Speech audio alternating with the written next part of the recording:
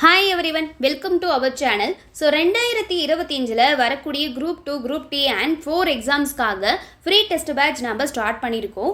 So group 2 and group 4க்கான free test பேட்ச்சில் test 2 நேற்று நடந்துச்சு. ஓகேவா? ஸோ இந்த ஃப்ரீ டெஸ்ட் பேட்ச்சில் நீங்கள் ஜாயின் ஆகணும் அப்படின்னா group 2, group 2A and group 4க்காகவே ஃப்ரீ டெஸ்ட் பேட்ச் கண்டக்ட் பண்ணுறதுக்கு தனியாக ஒரு டெலகிராம் சேனல் கிரியேட் பண்ணி வச்சுருக்கோம். ஸோ அந்த டெலகிராம் சேனல் லிங்க் டிஸ்கிரிப்ஷனில் இருக்குது, நீங்கள் கிளிக் பண்ணி ஜாயின் பண்ணிக்கோங்க. ஸோ ஃப்ரீ டெஸ்ட் பேட்ச் அப்படிங்கிறது டெலகிராம் சேனல்ல தான் கண்டக்ட் பண்ணுவோம். வீக்லி சண்டே அப்படிங்கிறது டெஸ்ட் நடக்கும். ஸோ அதுக்கான answer key Monday morning 10 o'clock வரும். அதுக்கான எக்ஸ்பிளனேஷன் வீடியோ மண்டே ஈவினிங் வந்துடும். ஓகேவா? ஸோ ஸ்கெடியூல் வித் போர்ஷனோட டெலகிராம் சேனலில் ஷேர் பண்ணியிருப்போம். ஸோ அதை நீங்கள் கிளிக் பண்ணி பார்த்துக்கோங்க. ஸோ ஒவ்வொரு டெஸ்ட்டுக்கான கொஸ்டின் அண்ட் ஆன்சர் கீயும் அந்த டெலகிராம் சேனலில் தான் வந்து கொடுப்போம். ஸோ உங்களுக்குன்னு தனியாக செப்பரேட் டெலகிராம் சேனல். அதே போல் நீங்கள் நம்ம ஆப் இது வரைக்கும் இன்ஸ்டால் பண்ணிட்டு ரிஜிஸ்டர் பண்ணாத இருக்கீங்கன்னா ஆப் லிங்க் டிஸ்கிரிப்ஷனில் இருக்குது. ஸோ கிளிக் பண்ணிவிட்டு இன்ஸ்டால் பண்ணிக்கோங்க. உங்களுக்கு ஸ்கூல் புக்ஸ் அண்ட் ஐஎன்எம்கான மெட்டீரியல்ஸ் இதெல்லாம் வேணும் அப்படின்னா நீங்கள் ஃப்ரீயாகவே டவுன்லோட் பண்ணி எடுத்துக்கலாம். அண்ட் தென் நம்ம ஆப்பை இன்ஸ்டால் பண்ணாத இருக்கவங்க இன்ஸ்டால் பண்ணிக்கோங்க. நம்ம சேனலில் இது வரைக்கும் சப்ஸ்கிரைப் பண்ணாதான் நீங்கள் இருக்கீங்க அப்படின்னா சப்ஸ்கிரைப் பண்ணி வச்சுக்கோங்க. அப்போ தான் நம்ம போடுற வீடியோஸ் அண்ட் நோட்டிஃபிகேஷன் உங்களுக்கு உடனுக்குடன் வரும். ஓகே? ஸோ இந்த ஃப்ரீ டெஸ்ட் பேட்ச்க்கான இன்ஃபர்மேஷனை உங்கள் ஃப்ரெண்ட்ஸ்க்கும் ஷேர் பண்ணிவிடுங்க, அவங்களும் யூஸ் பண்ணிக்கட்டும். ஃபஸ்ட்டு கவனிங்க, இந்த டெஸ்ட் 2. ஸோ டெஸ்ட் 2க்கான ஆன்சருக்கு எக்ஸ்பிளனேஷன் தெளிவாக பார்க்க போகிறோம். ஸோ இதுக்கான சப்ஜெக்ட் என்ன அப்படின்னா பாலிட்டி. டோட்டலாக 150 கொஸ்டின்ஸ் இருக்கும். ஸோ கவனிங்க. ஃபர்ஸ்ட் கொஸ்டின், அரசு நெறிமுறையுறுத்தும் கோட்பாடுகள் பற்றிய சரியான கூற்றுகளை தேர்ந்தெடுக்கன்னு கேட்டிருக்காங்க. சரியான கூற்று. ஓகேவா? ஸோ ஆன்சர் என்ன? ஆன்சர் தெரிஞ்சவங்க ஃபாஸ்ட்டாக சொல்லலாம். ஃபர்ஸ்ட் கூற்று, இவை தார்மீக மற்றும் அரசியல் ஒப்புதலை பெற்றவை அப்படின்னு சொல்லியிருக்காங்க. சரிதான். இந்த கொள்கைகளை நீதிமன்றத்தால் வலுக்கட்டாயமாக செலுத்தப்பட முடியாது. சரி. அரசியலமைப்பு சட்டம் வழிகாட்டு நெறிமுறைகளுக்காக தனியாக எந்த ஒரு வகைப்பாட்டினையும் கொண்டிருக்கவில்லை. சரியே. ஸோ ஆன்சர் என்னன்னா ஆப்ஷன் டி. ஸோ இந்த அரசு நெறிமுறையுறுத்தும் கோட்பாடுகள் இருக்கு இல்லையா, இதை வந்து பார்த்தீங்க அப்படின்னா மக்கள் நல அரசு, மக்களுக்கான ஒரு நல அரசு அப்படிங்கிற கருத்தை தான் இது வந்து போதிக்கும். ஸோ அதுக்காக கொண்டு வந்தது தான். அதே மாதிரி இது வந்து பார்த்தீங்க அப்படின்னா இந்த கோட்பாடுகளை எந்த நீதிமன்றத்தாலையும் நியாயப்படுத்த முடியாது. ஸோ அந்த கருத்து தான் செகண்டாக சொல்லியிருக்கு. அதே மாதிரி இந்திய அரசியலமைப்பு இருக்குல்ல, இதன் கோட்பாடுகளை இந்திய அரசியலமைப்பு இதுக்குன்னு சொல்லிட்டு தனியாலாம் வகைப்படுத்தவே இல்லை. ஸோ அதை ஒரு உள்கட்டமைப்பு, அதாவது உள்ளடக்கத்தோட அடிப்படையில் என்ன பண்ணியிருக்காங்கன்னா காந்திய சமூக மற்றும் தாராளவாத அறிவுசார் கோட்பாடுகள்னு 3 வகைகளாக வகைப்படுத்தப்பட்டிருக்கு. அதே மாதிரி இது ரொம்ப முக்கியம், இந்த அரசு நெறிமுறையுறுத்தும் கோட்பாடுகளை இந்திய அரசியலமைப்பின் தந்தைன்னு சொல்லக்கூடியது யாரு? சொல்லக்கூடிய டாக்டர் B.R. அம்பேத்கர் இதை என்ன சொல்லியிருக்காருன்னா, இந்த அரசு நெறிமுறையுறுத்தும் கோட்பாடுகளை இந்திய அரசியலமைப்பின் புதுமையான சிறப்பம்சம் அப்படின்னு சொல்லியிருக்கார். Doctor B.R. அம்பேத்கர் அரசு நெறிமுறையுறுத்தும் கோட்பாடுகளை இப்படி சொல்லியிருக்கார். ஸோ இது ரொம்ப முக்கியம், நோட் பண்ணிச்சுக்கோங்க. ஓகே? செகண்ட் கொஸ்டின், தவறான கூற்றுகளை தேர்கன்னு சொல்லியிருக்காங்க. அரசியலமைப்பு சட்ட திருத்தத்தை மக்களவையால் மட்டுமே கொண்டு வர முடியும். இது வெரி தப்பு. ஸோ மாநில சட்டமன்றம் இல்லாமல் நாடாளுமன்றத்தை எடுத்தோம்னா 2 அவைகள்லையுமே, அதாவது மாநிலங்களவையாக இருக்கட்டும் மக்களவையாக இருக்கட்டும், இந்த 2 அவையிலுமே திருத்த மசோதாவை நம்மளால் அறிமுகப்படுத்த முடியும். பண மசோதாவுக்கு தான் எக்ஸப்ஷன் இருக்குது. ஓகேவா? ஸோ அப்போது நாடாளுமன்றத்தை பொறுத்த வரைக்கும் ஸோ திருத்த மசோதாவை 2 அவையிலுமே அறிமுகப்படுத்த முடியும். அப்போது இது தவறான கூற்று. அடுத்து, அரசியலமைப்பு சட்ட திருத்தத்திற்கு வாக்களிக்க சபையில் 3/1 பங்கு உறுப்பினர்களின் பெரும்பான்மை தேவை. இதுவும் தப்பு. 2 அவைகளிலுமே மசோதா வந்து நிறைவேற்றப்படணும் அப்படின்னா அவையோட மொத்த உறுப்பினர்களில், அதாவது 3/2 பங்கு உறுப்பினர்களோட பெரும்பான்மை வந்து தேவைப்படும். ஸோ அப்போ இதுவும் தவறானது தான். தேர்டு பாருங்க, பிரிவு 368 அரசியலமைப்பின் சட்ட திருத்த நடைமுறைகள் பற்றி குறிப்பிடுகிறது. எஸ், இது கரெக்டு. அப்போ தவறானது 1, 2. Option A answer. 1 மற்றும் 2 தவறானது. அடுத்த தேர்ட் கொஸ்டின் பாருங்க, அலுவலக மொழிகள் பற்றிய தவறான கூற்றுகளை தேர்ந்தெடுக்க அப்படின்னு சொல்லி கேட்டிருக்காங்க. ஓகே? ஸோ அலுவலக மொழிகள் பற்றி அரசியலமைப்பு சட்ட பகுதி 17லையும் அதே போல் வந்து பார்த்தீங்க அப்படின்னா அட்டவணை 8லையும் வந்து சொல்லியிருக்காங்க அலுவலக மொழிகளை பற்றி. ஸோ அலுவலக மொழிகளுக்கான அட்டவணை என்ன அப்படின்னா 8. ஸோ அதுக்கான பகுதி என்னன்னு கேட்டாங்க அப்படின்னா 17. இதை நோட் பண்ணிக்கோங்க. ஸோ அப்போ இது கரெக்டு தான். அடுத்து, தற்போது வரை 22 மொழிகள் அரசியலமைப்பின் கீழ் அங்கீகரிக்கப்பட்டுள்ளன அப்படின்னு சொல்லியிருக்காங்க. இதுவும் கரெக்டு தான். அரசியலமைப்பு ஃபஸ்ட்டு நடைமுறைப்படுத்தினாங்கல்ல. ஸோ அப்போ நடைமுறைப்படுத்தப்பட்டப்போ வந்து பார்த்தீங்கன்னா ஃபஸ்ட்டு 14 மொழிகள் தான் இருந்துச்சு.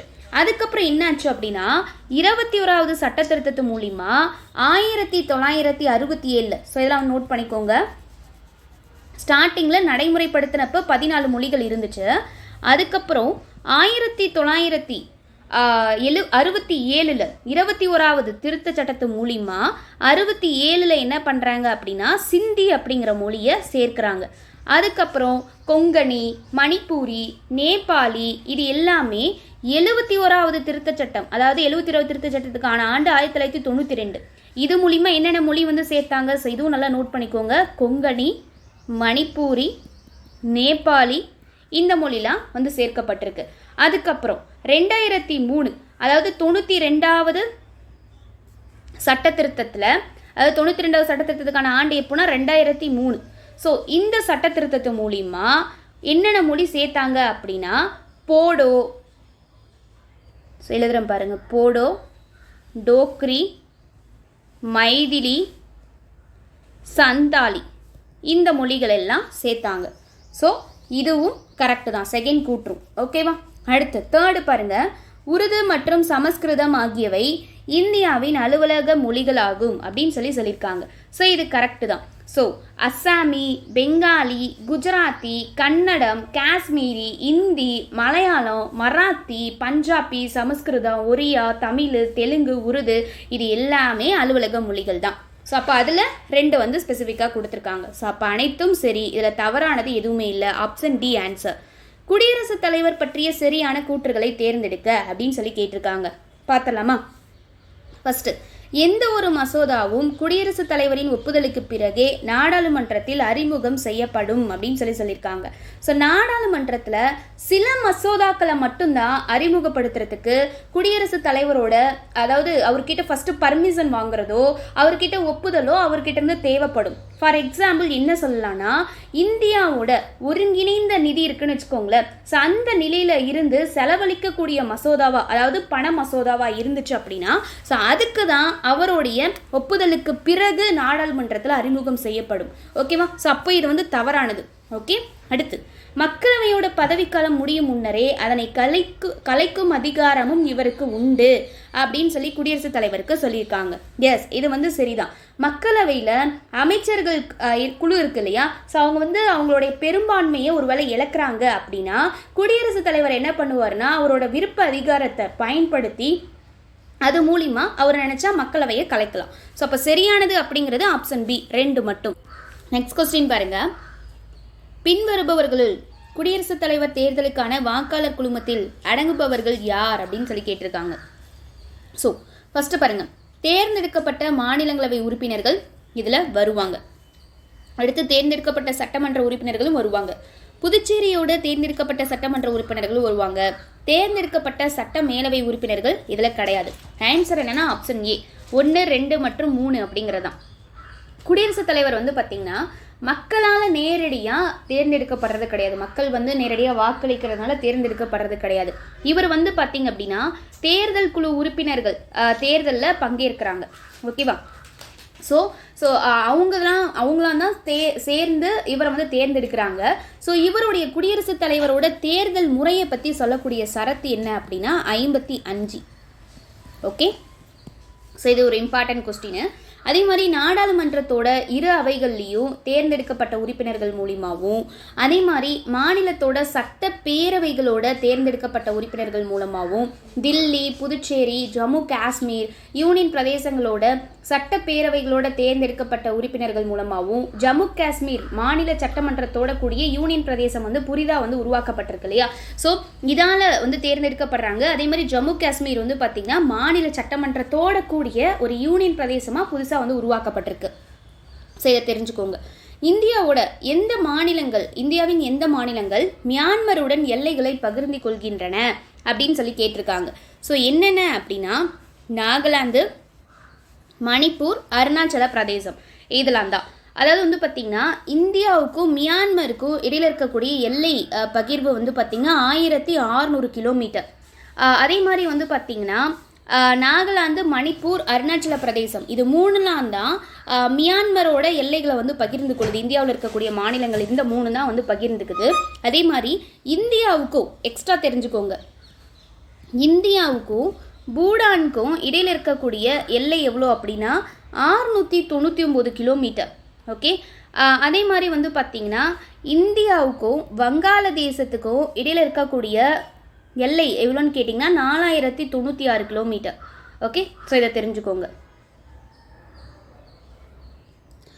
இதுவே இந்த மாதிரி கொஸ்டின் கேட்டால் இந்தியாவுக்கும் பூடானுக்கும் இடையில் வந்து எல்லையை பகிர்ந்து கொள்ளக்கூடிய மாநிலங்கள் எது எது அப்படின்னு சொல்லி கேட்டால் அஸ்ஸாம், அடுத்து ஏபி அருணாச்சல பிரதேசம், அடுத்து சிக்கிம், அடுத்து வந்து பார்த்திங்க அப்படின்னா வெஸ்ட் பெங்கால், மேற்கு வங்காளம், இதெல்லாம்.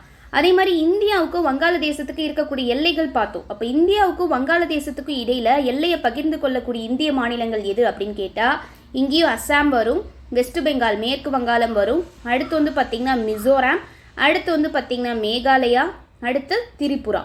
இந்த மாநிலங்கள்லாம் இந்தியாவுக்கும் வங்காளதேசத்துக்கு இடையில், அதாவது இந்தியா டு வங்காளதேசத்தில் இந்தியாவோட மாநிலங்களில் எல்லை பகிர்ந்துக்குது.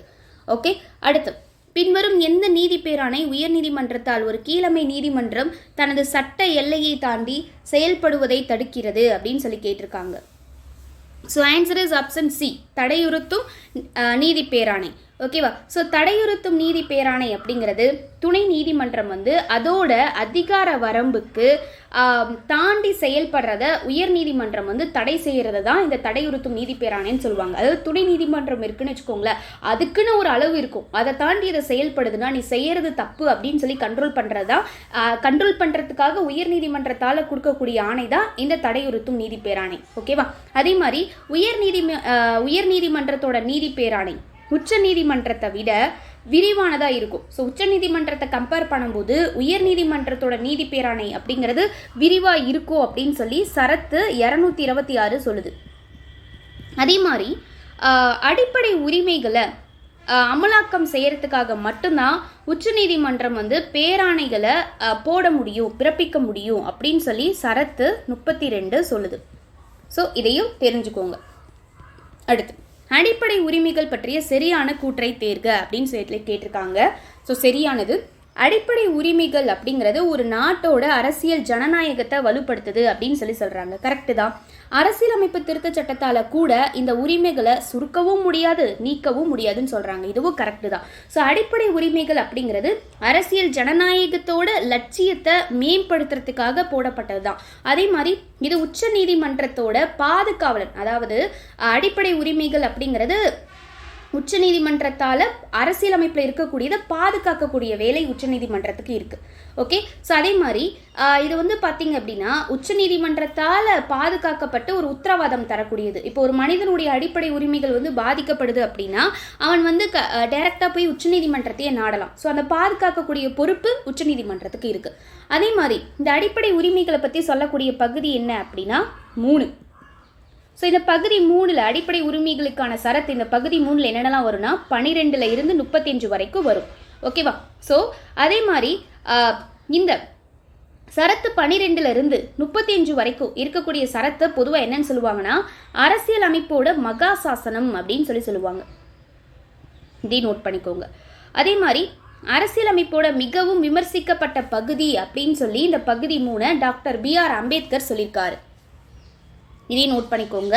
அடுத்து பின்வரும் எந்த இந்திய அரசியலமைப்பு சட்டத்தில் சொத்துரிமை பற்றி குறிப்பிடப்பட்டுள்ளது அப்படின்னு சொல்லி கேட்டிருக்காங்க. ஸோ அப்போ எதில்? ஸோ அப்போ ஆன்சர் என்னன்னா ஆப்ஷன் ஏ, பகுதி 12. ஓகேவா? சொத்துரிமை பற்றி சொல்லக்கூடிய பகுதி வந்து பார்த்திங்கன்னா 12. ஸோ இது வந்து பார்த்திங்கன்னா சரத்து, கவனிங்க, இது வெரி வெரி இம்பார்ட்டன்ட், சரத்து 300A. ஸோ இந்த 44வது அமெண்ட்மெண்ட். ஸோ 44வது அமெண்ட்மெண்ட்டுக்கான ஆண்டு என்ன? 1978. ஓகேவா? ஸோ இது மொரார்ஜி தேசாய் வந்து பிரதமராக இருந்தப்போ அடிப்படை உரிமையிலிருந்து நீக்கிட்டாங்க. அடுத்து வந்து பார்த்திங்க அப்படின்னா பகுதி 13. ஸோ இதை வந்து கவனிங்க. ஸோ பகுதி 13 இருக்குல்ல, ஸோ இதை பற்றி சொல்லக்கூடிய சரத்து வந்து பார்த்திங்க அப்படின்னா 301லேருந்து 307 வரைக்கும். இது இந்திய எல்லைக்குள்ளே இருக்கக்கூடிய வர்த்தகத்தையும் வாணிபத்தை பற்றியும் சொல்லக்கூடியதான் இந்த பகுதி 13. அடுத்து வந்து பார்த்திங்க அப்படின்னா பகுதி 11. ஸோ இது வந்து பார்த்திங்கன்னா சரத்து 245லேருந்து 263 வரைக்கும் இதில் இருக்குது. இது என்ன சொல்லுதுன்னா மத்திய மற்றும் மாநில அரசுகளுக்கு இடையில் இருக்கக்கூடிய உறவுகளை பற்றி சொல்லுது. அடுத்து வந்து பார்த்திங்க அப்படின்னா பகுதி 14 இது என்ன சொல்லுதுன்னா இதில் இருக்கக்கூடிய சரத்து 308லேருந்து 323 வரைக்கும், ரைட். ஸோ இது வந்து பார்த்திங்கன்னா ஒன்றியத்துக்கும் மாநிலத்துக்கும் கீழே இருக்கக்கூடிய பணிகளை பற்றி சொல்லுது. ஓகே, அடுத்து 10வது கேள்வி பாருங்க. துணை குடியரசுத் தலைவர் பற்றிய சரியான கூற்றை தேர்க அப்படின்னு சொல்லியிருக்காங்க. நம்மகிட்ட கேட்டிருக்கிறது சரியானது எதுன்னு கேட்டிருக்காங்க. ஃபர்ஸ்ட், இந்திய துணை குடியரசுத் தலைவர் அலுவல் வழி மாநிலங்களவையின் தலைவராக செயல்படுகிறார். கரெக்டு தான். ஸோ இது வந்து கரெக்டு. அடுத்து வந்து பாருங்க, மாநிலங்களவையின் துணைத் தலைவர் துணை குடியரசுத் தலைவரால் நியமிக்கப்படுகிறார் அப்படின்னு சொல்லியிருக்காங்க. மாநிலங்களவையோட துணைத் தலைவர் துணை குடியரசுத் தலைவரால் தேர்ந்தெடுக்கப்படுறாருன்னு சொல்லியிருக்காங்க. இது தவறு. சரியானதுங்கிறது ஆப்ஷன் ஏ 1 மட்டும்தான். இவர் வந்து பார்த்தீங்க அப்படின்னா, அதாவது துணை குடியரசுத் தலைவர் மாநிலங்களோட அதிகாரப்பூர்வ தலைவராக இவர் செயல்படுவார். அதே மாதிரி இவருடைய அதிகாரங்களும் செயல்பாடுகளும் லோக்சபா சபாநாயகர் இருக்கார் இல்லையா, ஸோ அந்த லோக்சபா சபாநாயகருக்கு என்னென்னலாம் அதிகாரங்கள் இருக்கோ அதே அதிகாரங்கள் தான் இவருக்கும் கொடுக்கப்பட்டிருக்கும் அரசியலமைப்பு படி. சரி, ஓகே. இந்த துணை குடியரசுத் தலைவர் பதவி எந்த பின்பற்றி நம்ம அரசியலமைப்பில் கொண்டு வந்தாங்க அப்படின்னா அமெரிக்க மாதிரியை பயன்படுத்தி, ஸோ அமெரிக்க அரசியலமைப்பிலிருந்து கொண்டு வந்தது தான். அதே மாதிரி மாநிலங்களவை இருக்கல, ஸோ அதோட உறுப்பினர்களில் இருந்து ஒரு துணைத் தலைவரையும் தேர்ந்தெடுக்குது அப்படின்னு சொல்கிறாங்க. ஓகே, ஸோ இதை வந்து தெரிஞ்சுக்கோங்க. கூற்று 2 வந்து தவறு. ஸோ அப்போ சரியானதுங்கிறது ஆப்ஷன் ஏ 1 மட்டும்தான். அடுத்து, இந்திய அரசியலமைப்பின் பின்வரும் எந்த சட்டப்பிரிவு மத்திய அரசின் நிர்வாக அதிகாரங்கள் குடியரசுத் தலைவரிடம் அளிக்கப்பட்டுள்ளதை பற்றி குறிப்பிடுகிறது அப்படின்னு கேட்டிருக்காங்க. ஸோ ஆன்சர் என்னன்னா ஆப்ஷன் சி, சட்டப்பிரிவு 53. ஸோ இப்போ கவனிங்க, சட்டப்பிரிவு 53 என்ன சொல்லுது? மத்திய அரசாங்கத்தோட நிறைவேற்றக்கூடிய அதிகாரம் ஜனாதிபதி கிட்ட, அதாவது குடியரசுத் தலைவர்னா ஜனாதிபதி அவர்கிட்ட இருக்கு அப்படிங்கிறத பற்றி சொல்லுது. அடுத்து வந்து சரத்து 54 என்ன சொல்லுதுன்னா ஜனாதிபதியோட, அதாவது குடியரசுத் தலைவரோட தேர்தலை பற்றி சொல்லுது. ஸோ இது ரொம்ப இம்பார்ட்டன்ட். அடுத்து சரத்து 56 என்ன சொல்லுதுன்னா குடியரசுத் தலைவரோட பதவிக்காலம் 5 வருஷம் தான் அப்படிங்கிறது அரசியலமைப்பு படி இந்த சட்டப்பிரிவு சொல்லுது. அடுத்து சரத்து 52, அதாவது சட்டப்பிரிவுனாலும் சரத்துனாலும் சேம். இது என்ன சொல்லுதுன்னா குடியரசுத் தலைவர் தான் நாட்டோட தலைவர் அப்படிங்கிறத சொல்லுது. ஓகே, அடுத்து கீழ்காண்பவர்களில் யார் அடிப்படை உரிமைகளின் பாதுகாவலர் என்று அழைக்கப்படுகிறார் அப்படின்னு கேட்டிருக்காங்க. யாரு? நம்ம தான் பார்த்தோம். அடிப்படை உரிமை பாதிக்கப்படும் போது அவன் டைரக்டாக போய் உச்சநீதிமன்றத்தை அணுகலாம்னு சொன்னோம். ஸோ அப்போ ஆன்சர் என்ன வரும்? ஆப்ஷன் பி, இந்திய உச்சநீதிமன்றம் தான். யோசிக்கவே கூடாது. அடிப்படை உரிமைகளின் பாதுகாவலன் அப்படின்னாலே இந்திய உச்சநீதிமன்றம் தான். அடிப்படை உரிமைகள் அப்படிங்கிறது நீதிமன்றத்து மூலிமா நியாயப்படுத்த முடியும். அதே மாதிரி ஸோ அடிப்படை உரிமைக்கான பகுதி என்னன்னு பார்த்தோம், 3ன்னு பார்த்தோம். இதில் இருக்கக்கூடிய சரத்து என்ன? 12லேருந்து 35 வரைக்கும். சரி, ஓகே. உச்சநீதிமன்றத்தை பற்றி சொல்லக்கூடிய சரத்து எதுலேருந்து எது வரைக்கும் இருக்குன்னா 124லேருந்து 147 வரைக்கும் இருக்கக்கூடிய சரத்து உச்சநீதிமன்றத்துக்கான ரூல்ஸை பற்றி தான். ஸோ உச்சநீதிமன்றத்தை பற்றி தெளிவாக சொல்லும். ஓகே, ஸோ இந்த சரத்து, ஸோ உச்சநீதிமன்றத்தை பற்றி சொல்லக்கூடிய சரத்து 124லேருந்து 147 இருக்குல்ல, இது எந்த பகுதியில் இருக்குன்னா பகுதி 5ல் இருக்குது. அதே மாதிரி இந்திய அரசியலமைப்பு உச்சநீதிமன்றமும் அதுக்கு கீழே இருக்கக்கூடிய உயர் நீதிமன்றங்களும் கொண்ட ஒரு ஒருங்கிணைந்த நீதித்துறை அமைப்பை தான் கொண்டிருக்கும் அப்படின்னு சொல்லியிருக்காங்க.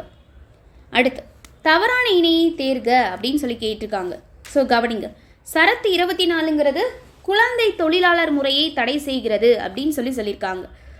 ஸோ இது வந்து பார்த்தீங்க அப்படின்னா கரெக்டு தான். நம்மக்கிட்ட தவறானது கேட்டிருக்காங்க. அடுத்து சரத்து 39ல் எஃப் அப்படிங்கிறது குழந்தைகள் ஆரோக்கியமான முறையில் வளர வழிவகை செய்கிறது. இது கரெக்டு. சரத்து 21A நம்ம ஆல்ரெடி அடிக்கடி பார்த்துருப்போம். 6லேருந்து 14 வயசு வரைக்கும் இருக்கக்கூடிய அனைத்து குழந்தைகளுக்குமே இலவச மற்றும் கட்டாய கல்வியை பெற்றோர்களோ அவங்கள வளர்க்கக்கூடிய கார்டியன்ஸோ வந்து கொடுக்கணும் அப்படிங்கிறத சொல்லியிருப்பாங்க. ஸோ இதுவும் கரெக்டு. அடுத்து சரத்து 28 சமய விவகாரங்களை நிர்வகிக்கும் சுதந்திரம். இதுதான் வந்து தவறு. சரத்து 28 என்ன சொல்லுதுன்னா 4 வகையான கல்வி நிறுவனங்களை வேறுபடுத்துது.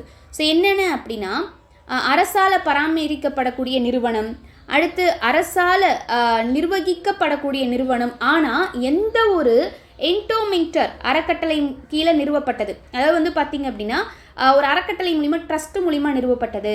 மாநிலத்தால் அங்கீகரிக்கப்பட்ட நிறுவனம், மாநில அரசால் உதவி பெறக்கூடிய நிறுவனம் அப்படின்னு சொல்லி 4ஆக பிரிக்கிறாங்க. ஸோ இது வந்து சமய விவகாரங்களை நிர்வகிக்கும் சுதந்திரம் அப்படிங்கிறது தவறானது. ஓகேவா? ஸோ அப்போ ஆன்சர் என்னன்னா ஆப்ஷன் டி. அடுத்து, நமது அரசியலமைப்பின் எந்த சட்ட திருத்தம் இந்தியாவின் அனைத்து குடிமக்களுக்கும் அடிப்படை கடமைகளை வழங்கிட பரிந்துரைத்தது அப்படின்னா ஆன்சர் இஸ் ஆப்ஷன் ஏ, 42வது சட்ட திருத்தம் தான். ஓகே, ஸோ அடிப்படை கடமைகள் நம்மக்கிட்ட கேட்டிருக்கிறது. ஸோ அடிப்படை கடமைகள் வந்து அதை பற்றி சொல்லக்கூடியது 42வது திருத்த சட்டத்தில் பரிந்துரைத்திருக்குன்னு சொல்லிட்டோம். அப்போ இதுக்கான ஆண்டு என்ன? சட்ட திருத்தத்துக்கான ஆண்டு 1976. அதே மாதிரி இந்த அடிப்படை கடமைகளுக்கான பகுதி என்னப்பா? 4A. ஸோ அப்போ இதுக்கான சரத்து இதில் ஒன்று தான் இருக்குது, 4A 51A, அவ்வளோதான். ஓகே, இது எங்கேருந்து எடுத்தாங்க இந்த அடிப்படை கடமைகள் அப்படின்னா சோவியத் ரஷ்யா கிட்டேருந்து எடுத்தாங்க. உங்களுக்கான கொஸ்டின், அடிப்படை உரிமைகள் எந்த நாட்டிலிருந்து எடுக்கப்பட்டது? ரொம்ப ஈஸி தான், அதை கமெண்ட் செக்ஷனில் சொல்லிடுங்க. ஓகே, ஸோ இந்த அடிப்படை கடமைகள் இருக்குல்ல, இது வந்து பார்த்தீங்க அப்படின்னா Swaran Singh committee. So Swaran Singh committee மூலிமா அவங்களுடைய பரிந்துரைகள் மூலமாக உருவாக்கப்பட்டது தான் இந்த அடிப்படை கடமைகள். அடுத்து, குடியுரிமை தொடர்பான சரியான கூற்றை தேர்க அப்படின்னு கேட்டிருக்காங்க. இந்திய அரசியலமைப்பு சட்டம் ஒற்றை குடியுரிமையை வழங்குகிறது. கரெக்டு தான். இரட்டை குடியுரிமைலாம் நம்ம கிட்ட கிடையாது. இரட்டை குடியுரிமையை அமெரிக்காவும் சுவிட்சர்லாந்தும் கொடுக்குது. எஸ், இது கரெக்டு தான். அப்போது சரியானது என்னன்னா ஆப்ஷன் சி, 1 மற்றும் 2 ரெண்டுமே கரெக்டு தான். இந்திய குடியுரிமை அப்படிங்கிறது இந்தியா முழுமையும் ஒற்றை மற்றும் ஒரே மாதிரியான குடியுரிமையாக தான் இருக்கும். இது எதிலிருந்து எடுத்திருக்காங்க? இந்த ஒற்றை குடியுரிமை அப்படிங்கிறது நம்ம இந்தியாவில் பின்பற்றப்படுறது எங்கிருந்து எடுத்திருக்காங்கன்னா பிரிட்டிஷ் அரசியலமைப்பிலிருந்து எடுத்திருக்காங்க. ஓகே, இது ரொம்ப முக்கியம்.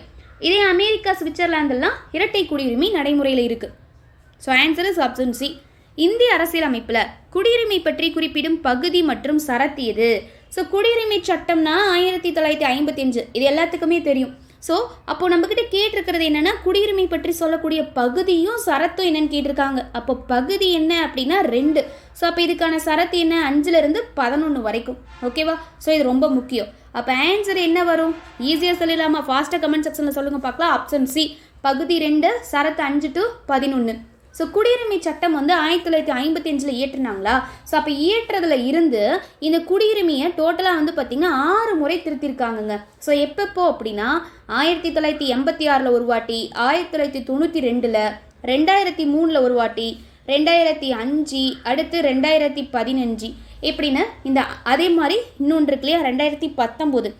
இந்த 6 முறையும் 1955 இந்த சட்டம் இயற்றதுலேருந்து திருத்திருக்காங்க. அடுத்து, இந்திய குடியுரிமை சட்டம் 1955 தொடர்பான சரியான கூற்றை தேர்க அப்படின்னு சொல்லி கேட்டிருக்காங்க. ஸோ பார்க்கலாமா? ஸோ இந்திய குடிமகன் தன்னுடைய குடியுரிமையை பெறுதலையும் இழத்தலையும் பற்றிய விதிகளை இச்சட்டம் கூறுகிறதுன்னு சொல்லியிருக்காங்க. சரிதான். அதே மாதிரி இது குடியுரிமை பெறுவதற்கான 4 வழிமுறைகளை பரிந்துரைக்கிறது அப்படின்னு சொல்லியிருக்காங்க.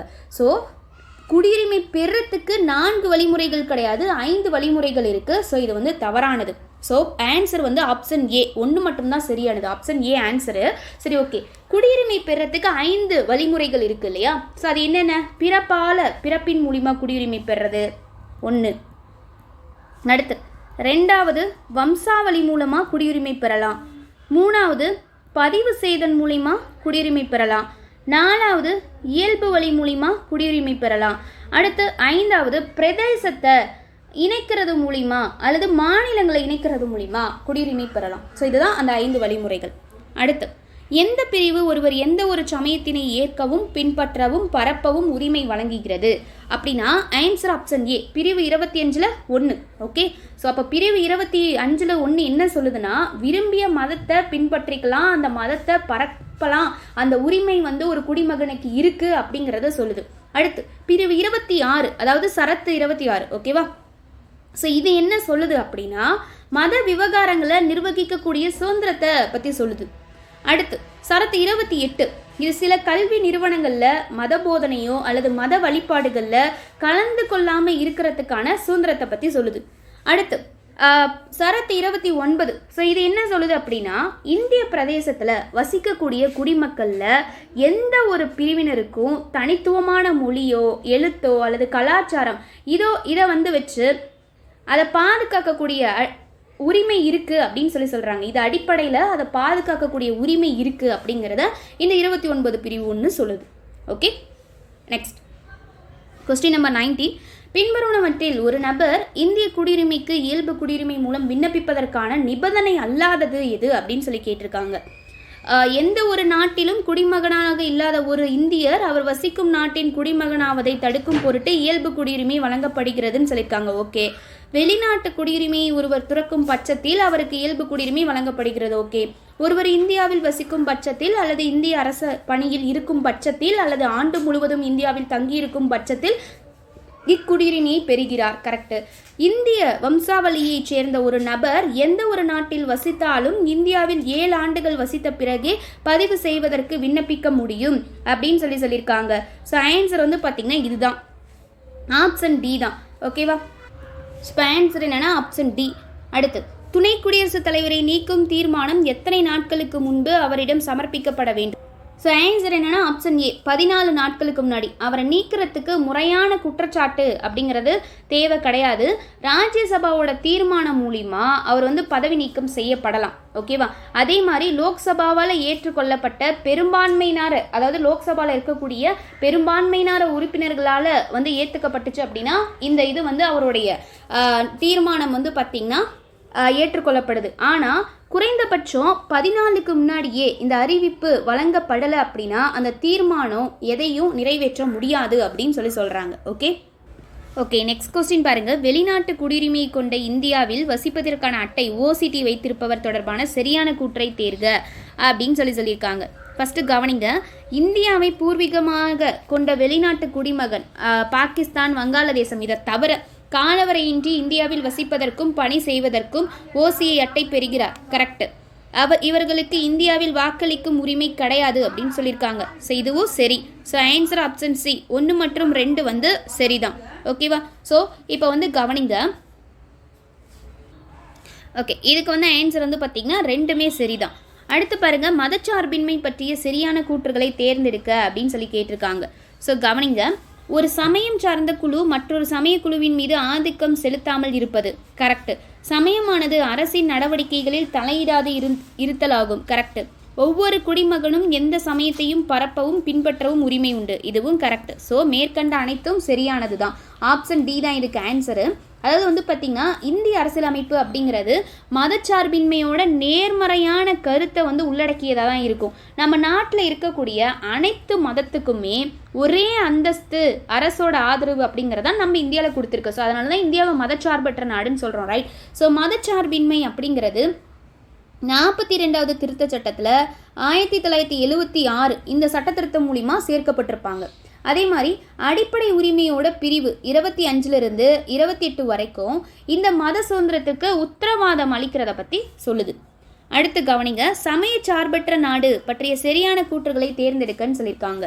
ஃபர்ஸ்ட், சமய சார்பற்ற ஒரு நாட்டில் எவருக்கும் தனிப்பட்ட முறையில் சலுகை அளிக்கப்படுவதில்லை. கரெக்டு தான். ஸோ அதுதான் சமய சார்பற்ற நாடு. அனைத்து குடிமக்களும் அரசு பணியில் நுழைய தகுதி வாய்ந்தவர்கள் ஆவர். இதுவும் கரெக்டு தான். எந்த ஒரு குறிப்பிட்ட சமயத்திற்கும் ஆதரவாக எந்த வரிகளும் வசூலிக்கிறது கிடையாது. ஸோ இதுவும் கரெக்டு. ஆன்சர் என்னன்னா ஆப்ஷன் டி, அனைத்தும் சரி. அனைத்து குடிமக்களுமே எந்தவித பாகுபாடும் இல்லாமல் அரசு பணியில் சேவையில் சேர்றதுக்கு தகுதி உடையவங்க அப்படின்னு நம்ம பார்த்தோம்ல. ஸோ இதை பற்றி சொல்லக்கூடிய சரத்து என்ன அப்படின்னா 16. அதே மாதிரி இந்திய குடிமகன் எந்த ஒரு மதத்தையும் ஆதரிக்கிறதுக்கு வரி செலுத்த தேவையில்லை. இதை பற்றி சொல்கிறது என்னன்னா சரத்து 27. ஓகே, ஸோ இதை நோட் பண்ணிக்கோங்க. அடுத்து, இந்திய அரசியலமைப்பு சட்டத்தில் உள்ள எந்த பிரிவு அரசு உதவி பெறும் கல்வி நிறுவனங்களில் பாகுபாடு காட்டப்படுவதை தடை செய்வது பற்றி பேசுகிறது அப்படின்னு சொல்லி கேட்டிருக்காங்க. ஸோ இதுக்கான ஆன்சர் வந்து பார்த்திங்கன்னா ஆப்ஷன் பி, பிரிவு 29. அடுத்து 25 பாருங்க. வாக்களிக்கும் உரிமை டேஸ் உரிமை ஆகும்னு கேட்டிருக்காங்க. ஸோ ஆன்சர் என்னன்னா ஆப்ஷன் பி, அரசியல் உரிமை. ஓகேவா, வாக்குரிமை அப்படிங்கிறது ஒரு அரசியல் உரிமை தான். ஸோ சரத்து 325 என்ன சொல்லுதுன்னா, இதை கவனிங்க. சரத்து 325 மதம், இனம், ஜாதி, பாலினத்தோட அடிப்படையில் சிறப்போ அல்லது வாக்காளர் பட்டியலில் சேர்க்கப்படுறதுக்கு தகுதியற்றவர் எவரும் இல்லை அப்படின்னு சொல்லுது. ஸோ இதை வச்சு அவங்கள வந்து இது பண்ணக்கூடாது அப்படின்னு சொல்லியிருக்கு. சரத்து 326 என்ன சொல்லுது? வயது வந்தோர் வாக்குரிமையோட அடிப்படையில் மக்களவை அதே மாதிரி மாநிலங்களவையோட சட்டமன்றங்களுக்கான தேர்தல்களை பற்றி சொல்லுது. ஓகே, அடுத்து சரியான கூற்றுகளை தேர்ந்தெடுக்க அப்படின்னு சொல்லியிருக்காங்க. மதச்சார்பின்மை என்ற சொல் நமது அரசியலமைப்பில் குறிப்பிடப்படவில்லை அப்படின்னு சொல்லியிருக்காங்க. ஸோ இது என்ன நம்புற மாதிரி இருக்கா? இந்த மதச்சார்பின்மை அப்படிங்கிற சொல்லு 42வது திருத்தச் சட்டம், அதாவது 1976 இந்த திருத்தச் சட்டம் ஆண்டு இது மூலிமா சேர்க்கப்பட்டிருக்கு. குறிப்பிடவே படலைன்னு சொல்கிறாங்க. இது ஏற்றுக்கிற மாதிரி இருக்கா? இது தவறான கூற்று. நாட்டிற்கான தனிச்சமயம் எதுவும் இந்தியாவில் இல்லை அப்படின்னு சொல்லியிருக்காங்க. ஸோ இந்திய அரசியலமைப்பு மதச்சார்பின்மையோட நேர்மறையான கருத்தை வந்து சொல்லியிருக்குன்னு நம்ம வந்து பார்த்துட்டோம். ஸோ அப்போ வந்து கவனிங்க, இது சரி. அப்போ ஆன்சர் என்ன அப்படின்னா ஆப்ஷன் பி 2 மட்டும் சரியானது அப்படிங்கிறது தான். அடுத்து 27 பாருங்கள். பின்வருவனவற்றுள் இந்திய அரசியலமைப்பின் எந்த விதி 6 வயதில் இருந்து அனைத்து குழந்தைகளுக்கும் ஆரம்ப கால குழந்தை பராமரிப்பு மற்றும் கல்வியை வழங்க அரசு முயல்கிறது அப்படின்னா ஆன்சர் ஆப்ஷன் சி விதி 45. ஓகே, ஸோ கவனிங்க, விதி 45 அப்படிங்கிறது இதை பற்றி சொல்லக்கூடியது டிபிஎஸ்பி. ஓகே, ஸோ தாராளவாத அறிவுசார் கோட்பாடுகள்னு சொல்லுவோம். ஓகேவா, அதை பற்றி இது சொல்லுது. அதே போல் வந்து பார்த்திங்க அப்படின்னா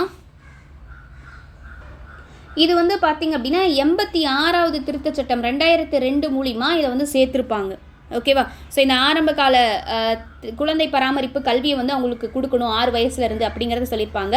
இந்த உரிமை எதில் வருது அப்படின்னா டிபிஎஸ்பியில் வருது. ஓகே, ஸோ அடுத்து வந்து பார்த்திங்கன்னா இந்த சரத் 21 என்ன சொல்லுது? நம்ம ஆல்ரெடி பார்த்தோம். 6லேருந்து 14 வயது வரைக்கும் இருக்கக்கூடிய அனைத்து குழந்தைகளுக்கும் இலவச மற்றும் கட்டாய கல்வியை கொடுக்கணும் அப்படிங்கிறத பற்றி சொல்லுது. ஓகேவா, ஸோ இதை வந்து அடிப்படை உரிமையாக இதையும் 86வது திருத்தச் சட்டம் 2002 மூலிமா இதை கொண்டு வந்து சேர்த்தாங்க இந்த விதியை. அடுத்து வந்து பார்த்திங்கன்னா விதி 40. ஓகே, சரத்து 51 பாருங்கள். இது வந்து பார்த்திங்கன்னா 6லேருந்து 14 வயசு வரைக்கும் இருக்கக்கூடிய பெற்றோர்கள் அவங்களுடைய குழந்தைகளுக்கு வந்து கல்வியை கொடுக்கணும் 6லேருந்து 14 வயசு வரைக்கும் இருக்கக்கூடிய குழந்தைகளுக்கு அப்படின்னு சொல்லுது.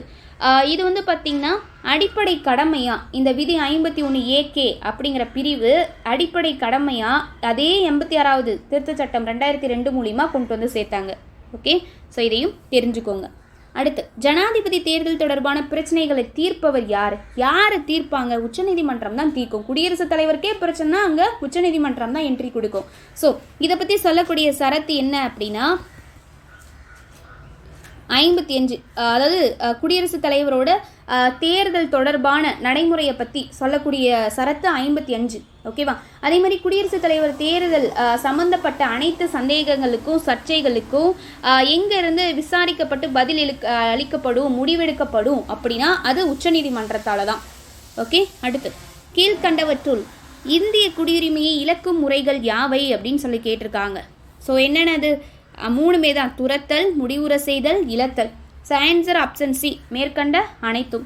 அடுத்து எப்பொழுது நமது அரசமைப்பின் முகவுரையான ஜவஹர்லால் நேருவின் குறிக்கோள் தீர்மானம் அரசியல் நிர்ணய சபையால் ஏற்றுக்கொள்ளப்பட்டது? எப்போ? ஆன்சர் ஆப்ஷன் ஏ ஜனவரி 22, 1947. அரசியலமைப்போட நோக்கங்கள் வந்து பார்த்திங்கன்னா டிசம்பர் 13, 1946 ஜவஹர்லால் நேருவால் ஃபஸ்ட்டு முன்வைக்கப்பட்ட குறிக்கோள் தீர்மானத்தில் இதை வந்து சுட்டி காட்டி என்ன பண்ணாங்கன்னா ஜனவரி 22, 1947 அரசியலமைப்பு சபையால் எல்லாருமே இதை வந்து ஒரு மனதை ஏற்றுக்கிட்டாங்க. சரி, ஓகே அப்படிங்கிறத ஏற்றுக்கிட்டாங்க. அடுத்து குடியரசு எனும் சொல் முதலில் டேஸில் வடிவமைக்கப்பட்டது அப்படின்னு கேட்டிருக்காங்க. ஸோ ஆன்சர் என்ன அப்படின்னா ஆப்ஷன் பி ரோம். இந்த குடியரசு அப்படிங்கிறது ரோம் நாட்டில் தான் ஃபஸ்ட்டு உருவாக்கப்பட்டுச்சு. அதே மாதிரி ஒரு ஜனநாயக அரசு இருக்குது அப்படின்னா அதை 2 வகையாக வந்து வகைப்படுத்தலாம். ஒன்று என்ன அப்படின்னா குடியரசு, அதுதான் இது. இன்னொன்று என்ன அப்படின்னா முடியாட்சி அப்படின்னு 2ஆக வகைப்படுத்தலாம். ஓகேவா, ஸோ அதே மாதிரி ஒரு முடியாட்சியில் மாநிலத்தோட தலைவர், அதாவது அப்போ முடியாட்சியில் தலைவர்னு சொல்கிறது ராஜா அல்லது ராணி இருப்பாங்க. இவங்க வந்து பார்த்திங்கன்னா ஒரு பரம்பரையாக பதவியை வந்து வகிச்சிட்டு வருவாங்க, அதாவது வாரிசு மூலிமா பதவிக்கு வருவாங்க. ஸோ அப்போது அந்த முடியாட்சி எங்கே இருக்குன்னா அதுக்கு எக்ஸாம்பிளாக நம்ம என்ன சொல்லலாம்னா பிரிட்டன் நாட்டை சொல்லலாம். அதே மாதிரி இது வந்து பார்த்திங்கன்னா மாநிலத்தோட தலைவர் வந்து எப்போவுமே ஒரு குறிப்பிட்ட காலத்துக்கு நேரடியாகவோ மறைமுகமாகவோ தேர்ந்தெடுக்கப்படுவார். ஸோ அதுக்கு எக்ஸாம்பிளாக அமெரிக்காவை சொல்லலாம். அடுத்து, நீதிமன்ற முத்திரையுடன் நீதிமன்றத்தால் வெளியிடப்படும் கட்டளை அல்லது ஆணை எவ்வாறு அழைக்கப்படுகிறது அப்படின்னு சொல்லி கேட்டிருக்காங்க. ஆன்சர் என்னென்னா ஆப்ஷன் டி, நீதி பேராணை அப்படிங்கிறது தான். ஓகே, ஸோ இப்போ கவனிங்களை. இது வந்து பார்த்திங்க அப்படின்னா ஆட்கொணர்வு பேராணை, கட்டளையுறுத்தும் பேராணை, தடையுறுத்தும் பேராணை, தகுதி முறை வினவும் பேராணை, தடை மாற்று நீதி பேராணை அப்படின்னு சொல்லி எழுத்துக்களோட தன்மையில் நிறைய பேராணைகள் வந்து இருக்குது. ஓகே, அதே மாதிரி உச்சநீதிமன்ற நீதி பேராணை வந்து பார்த்திங்கன்னா சரத்து 32. ஸோ அது மூலிமா சொல்லக்கூடியது. ஸோ இதை பற்றி என்ன சொல்லியிருக்காருன்னா டாக்டர் B.R. அம்பேத்கர் இந்த உச்சநீதிமன்றத்தோட நீதி பேராணை பற்றி, அதாவது உச்சநீதிமன்றத்தோட நீதி பேராணைனா என்னென்னா அடிப்படை உரிமைகள் வந்து பாதிக்கப்படும் போது இந்த சரத்து 32 வந்து யூஸ் பண்ணி ஒரு மனிதன் வந்து உச்சநீதிமன்றத்தை நாடலாம். ஓகேவா? ஸோ அப்போ அதனால தான் அம்பேத்கர் இந்த சரத்து 32 என்ன சொல்லியிருக்காருன்னா அரசியல் அமைப்பு சட்டத்தோட இதயமும் ஆன்மாவும் இது அப்படின்னு சொன்னார். அதே மாதிரி உயர்நீதிமன்ற நீதி பேராணையை பற்றி சொல்லக்கூடிய பிரிவு என்னென்னா 226. இதை நம்ம முதல்ல பார்த்தோம், இது ரெண்டையுமே.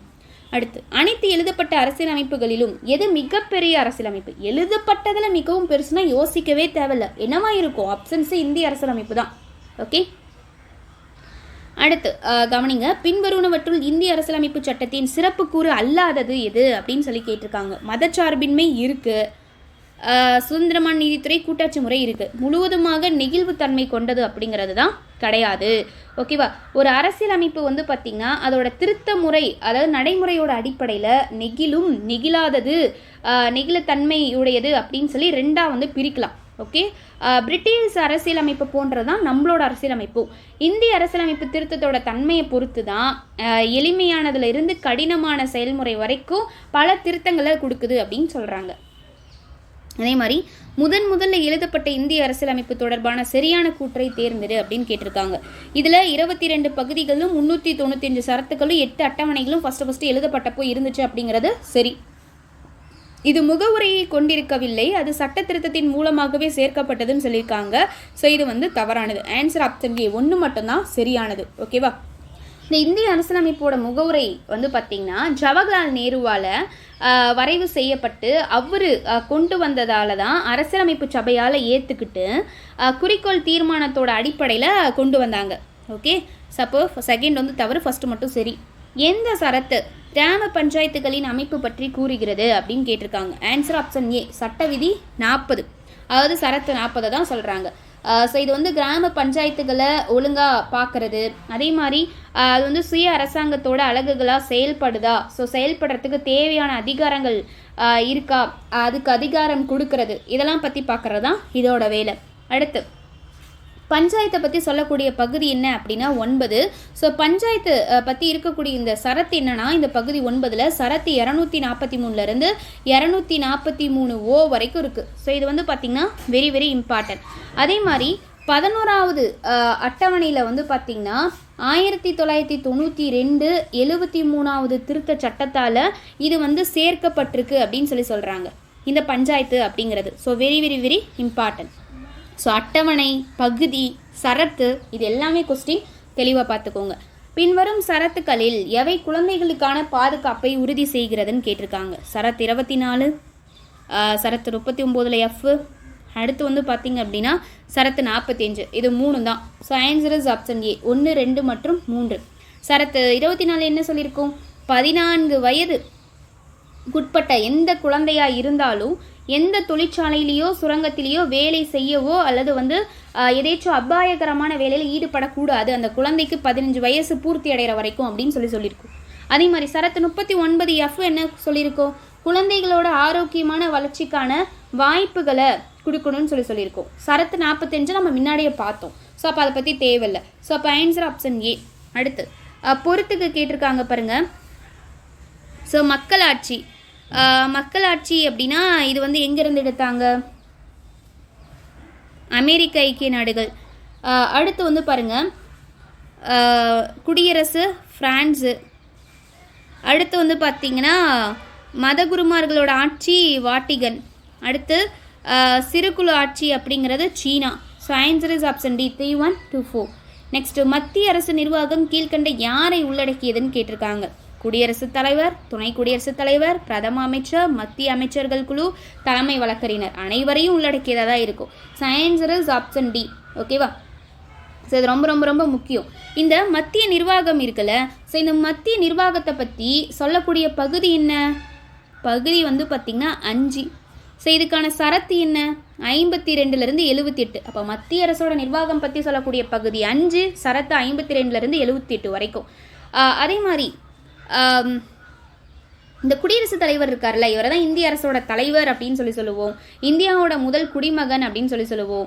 தேசத்தோட ஒற்றுமை, ஒருமைப்பாடு, ஒற்றுமையோட சின்னம் இவர் தான் அப்படின்னு சொல்லி எந்த சரத்து சொல்லுதுன்னா 52 குடியரசுத் தலைவரை பற்றி சொல்லுது. நான் சொல்லலை. ஓகே. அடுத்து துணை குடியரசுத் தலைவரை பற்றி சொல்லக்கூடிய சரத்து என்ன அப்படின்னா 63. பிரதமர் அமைச்சரை பற்றி தெளிவான விளக்கம் கொடுக்கக்கூடிய சரத்து என்னன்னா 74. மத்திய அமைச்சர்கள் குழு பற்றி சொல்லக்கூடிய சரத்து என்னன்னா 75. அடுத்து இந்தியாவோட அதாவது தலைமை வழக்கறிஞர் அட்டர்னி ஜெனரல் அப்படின்னு சொல்லுவாங்க, இவரை பற்றி சொல்லக்கூடிய சரத்து 76. ஸோ 74, 75, 76 கண்டினியூஸாக வரும். அடுத்து டாக்டர் BR அம்பேத்கர் தலைமையில் வரைவு குழு எந்த தேதியில் அமைக்கப்பட்டது அப்படின்னு சொல்லி கேட்டிருக்காங்க. ஆன்சர் என்னன்னா ஆப்ஷன் டி, ஆகஸ்ட் 29, 1947. ஓகேவா? ஸோ வரைவு குழு ஆகஸ்ட் 29, 1947 அமைக்கப்பட்டது. ரைட்டு. இதோட தலைவராக அப்போ இங்கேயே கொடுத்துட்டாங்க தலைமையில், இவர் தான் தலைவர். டாக்டர் BR அம்பேத்கர் தான் தலைவராக இருந்தார். சரி, ஓகே. இதில் யார் யாரெல்லாம் உறுப்பினர்களாக இருந்தாங்க இந்த வரைவு குழுவில்? சரி, தமிழ்லையுமே இருக்கும். யார் யாரெல்லாம் வரைவு குழுவில் உறுப்பினராக இருந்தாங்கன்னா என் கோபாலசாமி ஐயங்கார், அடுத்து அல்லாடி கிருஷ்ணசாமி ஐயர், அடுத்து KM முன்சி, அடுத்து சையத் முகமது ஜாதுலா, இதெல்லாம் உங்கள் எல்லாத்துக்குமே தெரிஞ்சிருக்கும். என் மாதவராவு, அடுத்து TT கிருஷ்ணமாச்சாரி. இந்த என் மாதவராவ் இருக்காருல்ல, இவர் ஒருத்தருக்கு பதிலாக தாங்க நியமிக்கப்பட்டிருப்பார். ஸோ அவருக்கு அப்புறம் இவர் வந்திருப்பார். யார் அப்படின்னா இப்போ இருக்கக்கூடிய இந்த அரசியலமைப்பில் இவரோட பேர் பதிச்சிருக்காங்க. யார் இருக்காங்களோ அவங்கள தானே கொடுத்துருப்பாங்க யார் இருந்தாங்க அப்படின்னு சொல்லிட்டு. ஆனால் இவர் யாருக்கு பதிலாக என் மாதவராவ் வந்தாருன்னா PL மிட்டர். ஸோ PL மிட்டருக்கு பதிலாக வந்தவர் தான் என் மாதவராவ். இந்த TT கிருஷ்ணமாச்சாரி வந்து பார்த்திங்கன்னா இவரும் ஒருத்தருக்கு பதிலாக தான் வந்தார், TB Khaitan. So TT Krishnamachari, TP Khaitan அப்படி ஞாபகம் வச்சுக்கோங்க. TP கைத்தானுக்கு பதிலாக வந்தவர். ஓகே. அடுத்து பாருங்கள் 41 மேட்சிட்டு தான். ஸோ கவனிங்க, இந்திய அரசியலமைப்பு ஸோ எப்போது நடைமுறைக்கு வந்துச்சு? 1950. அடுத்து குடியுரிமை சட்டம்னா 1955. அடுத்து அடிப்படை கடமைகள் ஸோ எந்த சட்டத்திருத்தத்தின் மூலிமா கொண்டு வந்தாங்க? 1976. ஸோ அந்த சட்டத்திருத்தத்துக்கான ஆண்டு. சட்ட உரிமையான சொத்துரிமை எப்போ? அந்த எந்த சட்டத்திருத்தத்தை யூஸ் பண்ணி கொண்டு வந்தாங்க? 1978ஆம் ஆண்டு சட்டத்திருத்தத்தை யூஸ் பண்ணி. ஸோ அப்போ ஆன்சர் என்னென்னா C 3142. அடுத்து கவனிங்க, எகெயின் பொறுத்துக்க தான் பிரிட்டிஷ் ஆட்சியில் இந்தியாவில் இயற்றப்பட்ட சட்டங்களும் அதோட கூறுகளும் வந்து கேட்டிருக்காங்க. ஸோ வந்து கவனிங்க. ஃபஸ்ட்டு ஒழுங்குமுறை சட்டம் 1773 அப்படிங்கிறது நிறுவனத்தோட ஊழியர்கள் எந்த ஒரு தனியார் வர்த்தகத்திலும் ஈடுபடுவதை தடை செய்து. பிட்ஸ் இந்திய சட்டம் 1784 அப்படிங்கிறது இந்தியாவில் கிழக்கிந்திய நிறுவனத்தோட விவகாரங்களை முழுமையாக கட்டுப்படுத்துறதுக்கு பிரிட்டனில் ஒரு கட்டுப்பாட்டு வாரியத்தை அமைக்கிறதுக்காக. பட்டய சட்டம் 1813 அப்படிங்கிறது இந்தியாவில் கிழக்கிந்திய நிறுவனத்தோட வர்த்தக ஏகபோகம் முடிவுக்கு வந்ததை பற்றி. பட்டய சட்டம் 1853 என்ன சொல்லுதுன்னா மத்திய சட்டசபையில் உள்ளூர் பிரதிநிதித்துவம் அறிமுகம் பற்றி சொல்லுது.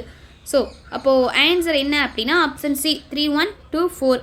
நெக்ஸ்ட் கொஸ்டின், அரசுக்கு வழிகாட்டும் நெறிமுறை கோட்பாடுகளை இந்திய அரசியலமைப்பின் நாவல் அம்சங்கள் அப்படின்னு சொன்னது யார்? சரி, நாவல் அம்சங்கள் அப்படின்னு சொன்னவர் யார்? Very very very important. So இந்த மாதிரி கூட்டலாம் கேட்பாங்க. ஆன்சர் யாருன்னா ஆப்ஷன் BR அம்பேத்கர் தான் மேக்ஸிமம் இந்த மாதிரி இதெல்லாம் சொல்லியிருப்பார். ஓகேவா? சரி, இதை வந்து நோட் பண்ணிக்கோங்க. அடுத்து கூற்று, ஒரு வெளிநாட்டவர் இந்தியாவில் தனது சமயத்தை பின்பற்றலாம். காரணம், அரசியலமைப்பில் உறுதியளிக்கப்பட்டுள்ள சமய சுதந்திரம் இந்தியர்களுக்கு மட்டுமல்லாமல் வெளிநாட்டவருக்கும் உண்டு அப்படின்னு சொல்லுது. ஆன்சர் என்னன்னா ஆப்ஷன் A. கூற்று காரணம் ரெண்டும் சரி, அதற்கான சரியான விளக்கம். ஓகே. அடுத்து பின்வருவனவற்றில் சரியான கூற்றை தேர்ந்தெடு. கவனிங்க, இந்திய அரசியலமைப்பு ஒரு எழுதப்பட்ட அரசியலமைப்பு, கரெக்டு தானே? இந்திய அரசியலமைப்பு நெகிழும் மற்றும் நெகிழா அம்சம் உடையது, கரெக்டு தானே? அடுத்து இந்திய அரசியலமைப்பு மதச்சார்பற்ற நாட்டினை ஏற்படுத்தியுள்ளது. கரெக்டு தானே, இது மதச்சார்பற்ற நாடு தான். இந்திய அரசியலமைப்பு கூட்டாட்சி முறை அரசுக்கு எதிரானது. இது கூட்டாட்சி முறை அரசுக்கு எதிரானதா? இது வந்து தவறானது. சரியானது ஆப்ஷன் டி 1, 2 மற்றும் 3 அப்படிங்கிறது சரியானதா இருக்கு. ஓகே, ஸோ இந்திய அரசியலமைப்புங்கிறது ஒற்றையாட்சி தன்மை கொண்ட ஒரு கூட்டாட்சி அம்சங்களை கொண்டுள்ள நாடு. ஸோ அப்போ இது வந்து டோட்டலாக தவறு. ஓகேவா? ஸோ அப்போ ஆன்சர் இஸ் ஆப்ஷன் டி 1, 2 மற்றும் 3 வந்து சரியானது. அடுத்து கொஸ்டின் 46 பாருங்க. ஒரு சட்டத்தினை அரசியலமைப்பு சட்டத்திற்கு முரணானதா என அறிவிக்கும் உச்சநீதிமன்றத்தோட அதிகாரம் எவ்வாறு அழைக்கப்படுகிறது அப்படின்னு சொல்லி கேட்டிருக்காங்க. ஆன்சர் வந்து ஆப்ஷன் சி நீதி புனராய்வு அப்படின்னு சொல்லி அழைக்கப்படுது. ஓகேவா? சரத்து 13 என்ன சொல்லுதுன்னா அடிப்படை உரிமைக்கு எதிரான சட்டம் செல்லாது அப்படின்னு சொல்லி சொல்லுது. ஓகேவா? இது ரொம்ப இம்பார்ட்டன்ட். அதே மாதிரி நீதித்துறை மறு ஆய்வு அப்படிங்கிறது என்னன்னா மத்திய மாநில அரசுகளோட சட்டமன்ற சட்டங்களும் நிர்வாக ஆணைகளோட அரசியலமைப்பு ரீதியாக ஆய்வு செய்கிறதுக்கு உயர்நீதிமன்றத்தோட அதிகாரம் இருக்குது அப்படிங்கிறத சொல்லுது. நீதித்துறை மறு ஆய்வு அப்படிங்கிற சொல் வந்து பார்த்திங்கன்னா அரசியலமைப்பில் எங்கேயுமே பயன்படுத்தவே இல்லை. இது வந்து அதாவது வந்து பார்க்குறோம்ல இந்த நீதித்துறை அப்படிங்கிறது அமெரிக்காவில் தோன்றி வளர்ந்தது தான். ஓகே, ஸோ இதை வந்து நோட் பண்ணிக்கோங்க. டேஸுக்கு முன் பாகிஸ்தானிலிருந்து இந்தியாவிற்கு குடிபெயர்ந்து அதன் பின் இந்தியாவில் சாதாரணமாக வசித்து வரும் எந்த ஒரு நபரும் இந்திய குடிமகனாக இயலும் அப்படின்னு கேட்டிருக்காங்க. Option A July 19, 1948.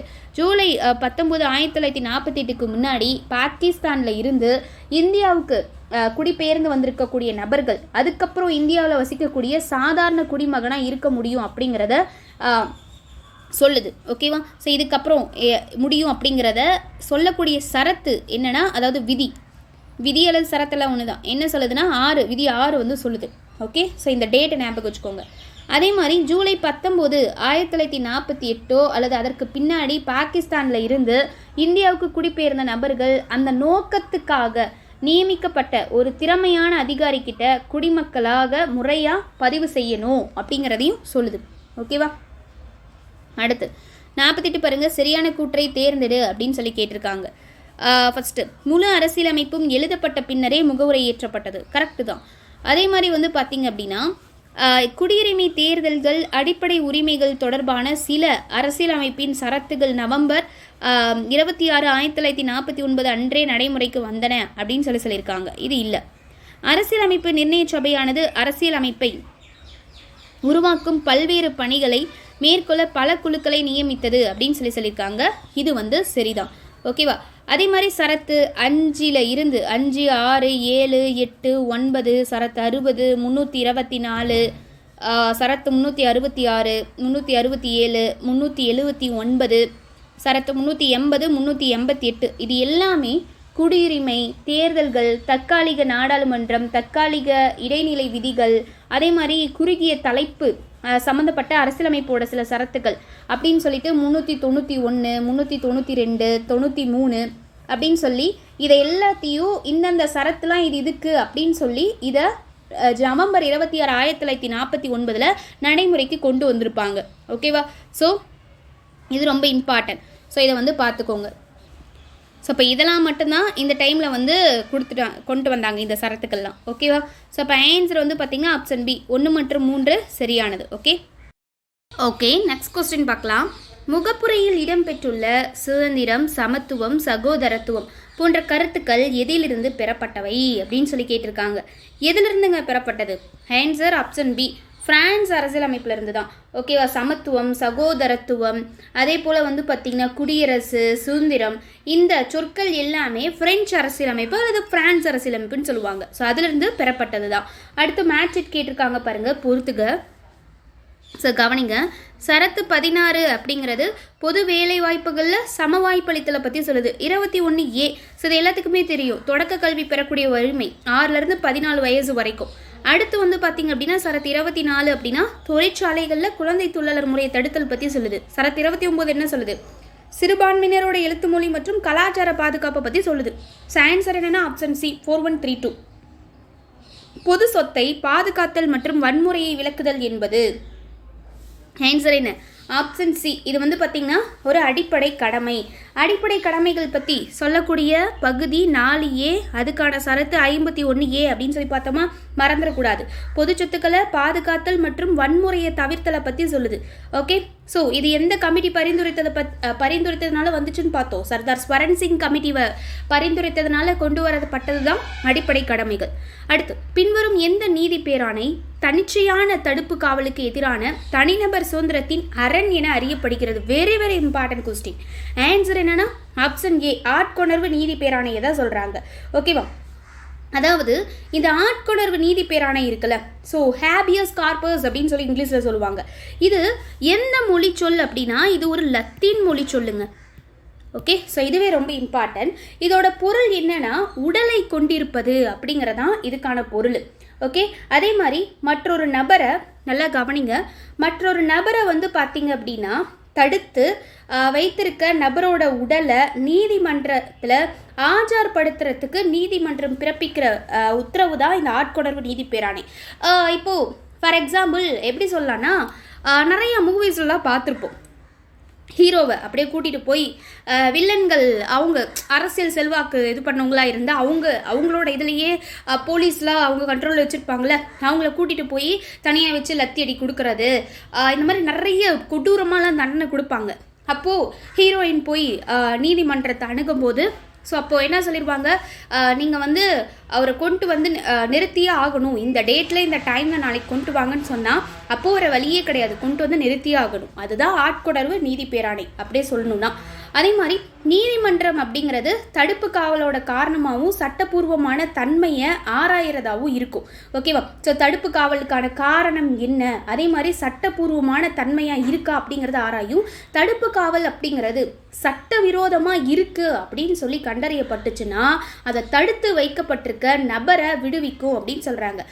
அதனால் இந்த ஆணையை தனிச்சையான தடுப்பு காவலுக்கு எதிரான தனிமனித சுதந்திரத்தோட அரண் அப்படின்னு சொல்லலாம். அடுத்து, இந்திய அரசியலமைப்போட முகவுரை இப்போ வரைக்கும் எத்தனை முறை திருத்தப்பட்டிருக்குன்னு கேட்டிருக்காங்க. எத்தனை முறை திருத்தப்பட்டிருக்குன்னா ஒரே ஒரு முறை தான் திருத்தப்பட்டிருக்கு.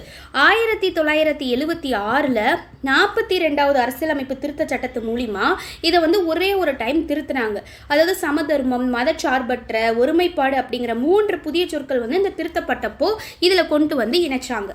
ஓகே, அடுத்து, இந்திய அரசியலமைப்போட 2வது பகுதியில் காணப்படக்கூடிய சரத்துக்கள், அதாவது 5லிருந்து 9 எப்போ நடைமுறைக்கு வந்துச்சு அப்படின்னு கேட்டிருக்காங்க. ஆன்சர் என்னன்னா இதை முன்னாடியே பார்த்தோம். நவம்பர் 26, 1949 நடைமுறைக்கு வந்துச்சு. அதாவது சரத்து 5, 6, 7, 8, 9, சரத்து 324, 366, 367, 380, 388, 392, 393, 394 இந்த சரத்துக்கள் எல்லாமே 26 நவம்பர் 1949 நடைமுறைக்கு வந்துச்சுங்க. மற்றது எல்லாமே மீதி இருக்கக்கூடிய சரத்துக்கள் எல்லாம் எப்போ நடைமுறைக்கு வருதுன்னா ஜனவரி 26, 1950 இந்தியாவில் குடியரசு தினமாக இருக்கக்கூடிய ஒவ்வொரு ஆண்டும் கொண்டாடப்படுது அப்படின்னு சொல்கிறாங்க. ஸோ அப்போ நடைமுறைக்கு வருது. ஸோ அதை தான் பார்த்தீங்க அப்படின்னா இந்தியாவில் குடியரசு தினமாகவும் கொண்டாடுறாங்க, அந்த நடைமுறைக்கு வந்தனாலையும். அதே மாதிரி குடியுரிமை பார்த்தீங்க அப்படின்னா அதை பற்றி சொல்லக்கூடிய சரத்து என்னென்னா 5லிருந்து 11. ஓகேவா? பகுதி 2. ஸோ அந்த 5லிருந்து 11ங்கிறதையும் ரிமைண்ட் பண்ணிக்கோங்க. ஓகே, அடுத்து கவனிங்க. கொஸ்டின் நம்பர் 55 மேட்ச் இட் கேட்டிருக்காங்க. ஸோ பார்க்கலாம். சரத்து 39B அப்படிங்கிறது பரம்பரை சொத்துரிமை அளித்தலை பற்றி சொல்லுது. சரத்து 48Aங்கிறது சூழலியல் மற்றும் சுற்றுச்சூழலை மாசுபாட்டிலிருந்து பாதுகாத்தல் பற்றி சொல்லுது. அடுத்து சரத்து 39D அப்படிங்கிறது சமவேளைக்கு சம ஊதியம் அளித்தலை பற்றி சொல்லுது. 39A அப்படிங்கிறது ஏழை எளிய மக்களுக்கு இலவச சட்ட உதவி செய்கிறத பற்றி சொல்லுது. ஸோ ஆன்சர் என்னன்னா ஆப்ஷன் பி 4, 1, 2, 3. Next question. ஒரு மனிதனுடைய உரிமை அச்சுறுத்தப்படும் போது ஒவ்வொரு மனிதனுடைய உரிமையும் குறைக்கப்படுகிறது என்று கூறியவர் யார் அப்படின்னு சொல்லி கேட்டிருக்காங்க. ஆப்ஷன் பி எம்என் ராய் அவர்கள் சொன்னாங்க. Okay, so very very important question. Sorry, John F Kennedy. ஓகேவா? ஸோ ஜான் எஃப் கென்னடி சொல்லியிருப்பார். So very very important. சமதர்மம் இல்லாமல் ஜனநாயகம் அப்படிங்கிறது இருக்கவே முடியாது, ஜனநாயகம் இல்லாமல் சமதர்மம் இருக்க முடியாதுன்னு நேரு சொன்னார். அடுத்து பார்த்தீங்க அப்படின்னா எம்என் ராய் என்ன சொல்கிறாங்க, எங்களோட நோக்கம் அப்படிங்கிறது உற்பத்தி செய்யக்கூடிய வர்க்கங்களோட பொருளாதார சுதந்திரம், இந்த இறுதி இலக்கு நீண்ட மற்றும் கடுமையான போராட்டத்துக்கு அப்புறம் அடையப்படும். அதனால் எங்களோட முதன்மையான பணி என்னன்னா மக்களை ஒருங்கிணைச்சு பொருளாதார சுதந்திரத்துக்கான போராட்டத்தில் அவங்கள வழி நடத்துறது அப்படின்னு சொல்லி எம்என் ராய் அவர்கள் சொன்னாங்க. ஓகே, அடுத்து பின்வருவனவற்றில் அரசுக்கு வழிகாட்டும் நெறிமுறை கோட்பாடுகளில் இடம்பெற்றுள்ளவை எது அல்லது எவை அப்படின்னு சொல்லி கேட்டிருக்காங்க. ஃபர்ஸ்ட் கவனிங்க, சர்வதேச அமைதி மற்றும் பாதுகாப்பை மேம்படுத்துதல். கரெக்ட். போதை தரும் மருந்துகள் மற்றும் உடல் நலனுக்கு ஊறு விளைவிக்கும் பிற மருந்துகள் மருத்துவ நோக்கங்களுக்கு தவிர பிற நோக்கங்களுக்கு தடை செய்தல் உட்கொள்வதை. கரெக்ட். ஸோ இப்போ இது எல்லாமே கரெக்ட். ஆன்சர் வந்து பார்த்தீங்கன்னா ஆப்ஷன் சி 1 மற்றும் 2. எந்த பகுதி இந்திய அரசியலமைப்பில் மத்திய அரசு நிர்வாகம் பற்றி குறிப்பிடுகின்றன? இது ஆல்ரெடி பார்த்தோம், ரிமைண்ட் பண்ண முடியுதா? ஸோ ஆன்சர் என்னன்னா பகுதி 5. ஓகே, ஸோ அதுக்கான சரத்து என்னன்னு பார்த்தோம், 52லேருந்து 78 வரைக்கும் பார்த்தோம். ஓகேவா, மத்திய நிர்வாகம் அப்படின்னு வந்துருச்சுனாலே பகுதி 5. நமது அரசியலமைப்பு முகவரையில் வெளிப்படக்கூடிய சாராம்சங்கள் என்ன அப்படின்னு கேட்டிருக்காங்க. இந்திய அரசின் தன்மை, அதிகாரத்தின் மூலங்கள், அரசியலமைப்பின் நோக்கங்கள். So answer is option D, மேற்கண்ட அனைத்துமே. அடுத்து அரசியல் அமைப்பு நிர்ணய சபை தொடர்பான சரியான கூற்றை தேர்ந்தெடு அப்படின்னு சொல்லி கேட்டிருக்காங்க. ஸோ கவனிங்க, ஃபஸ்ட்டு பாருங்கள், 16 பெண் உறுப்பினர்கள் இந்த அமைப்பில் இடம் பெற்றிருந்தன அப்படின்னு சொல்லியிருக்காங்க. ஸோ கவனிங்க, இதுவே வந்து தப்பு. மொத்தம் இருந்தது 389 உறுப்பினர்கள், அதில் 15 பேர் தான் பெண் உறுப்பினர்கள் இருந்தாங்க. ஸோ இது தவறானது. 7 உறுப்பினர்களை கொண்ட வரைவு குழு உருவாக்கப்பட்டு அதன் தலைவராக BR அம்பேத்கர் தேர்ந்தெடுக்கப்பட்டார் அப்படின்னு சொல்லியிருக்காங்க. ஸோ இதுவும் வந்து தவறு. 6 உறுப்பினர்கள் ப்ளஸ் ஒரு தலைவர், அந்த ஒரு தலைவர் தான் அம்பேத்கர், டோட்டலாகவே 7 தான். அப்போ இந்த கணக்குப்படி பார்த்தீங்கன்னா 7 + 1 8 ஆயிரும். ஸோ அப்போ இது தவறு. HG முகர்ஜி ஆலோசகராக நியமிக்கப்பட்டார் அப்படின்னு சொல்லியிருக்காங்க. தவறு. யார்? BN ராவ் தான் வந்து பார்த்தீங்க அப்படின்னா ஆலோசகர். ஓகே, அதே மாதிரி வந்து பார்த்தீங்க அப்படின்னா HVR ஐயங்கார் வந்து சட்டசபை செயலாளராக இருந்திருப்பார். இந்த கூட்டத்தொடர் வந்து பார்த்தீங்கன்னா 11 அமர்வுகளாக 166 நாட்கள் நடத்தப்பட்டதுன்னு சொல்லியிருக்காங்க. ஸோ இது மட்டும்தான் correct. Okay, next question. Answer option D இருக்கு. நெக்ஸ்ட் கொஸ்டின் பாருங்கள்.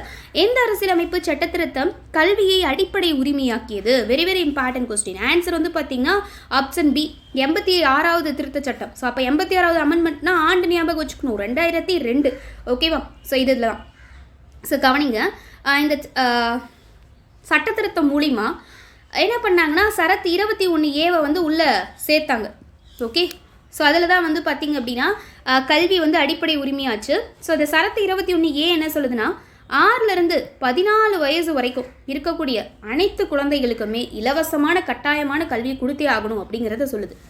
அடுத்து, கீழ்கண்டவர்களும் சுரங்க தொழிலாளர் பேறுகால நன்மை சட்டத்துடன் தொடர்புடையவர் யார் அப்படின்னு கேட்டிருக்காங்க. ஸோ ஆன்சர் யாருன்னு நினைக்கிறீங்க? ஆப்ஷன் சி அம்பேத்கர் தான். ஓகே, BR அம்பேத்கர் வந்து பார்த்தீங்கன்னா சுரங்க தொழிலாளர் பேறுகால நன்மை சட்டம் இதை இவர் தான் வந்து கொண்டு வந்திருப்பார்.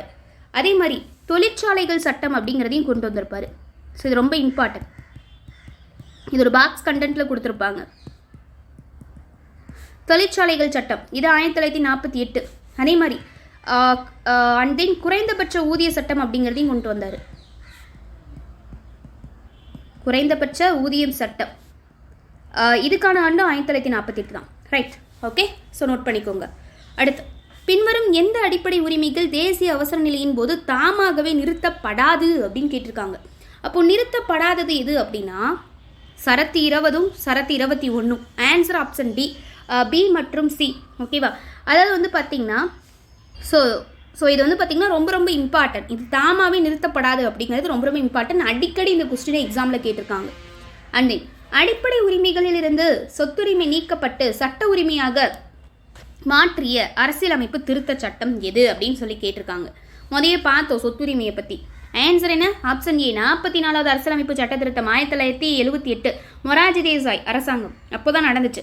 அது வந்து பார்த்திங்கன்னா 44வது சட்ட திருத்தம் 1948க்கு முன்னாடி சொத்துரிமை அப்படிங்கிறது எதில் இருந்துச்சுன்னா பகுதி 3ல் அடிப்படை உரிமைகளாக இருந்துச்சு.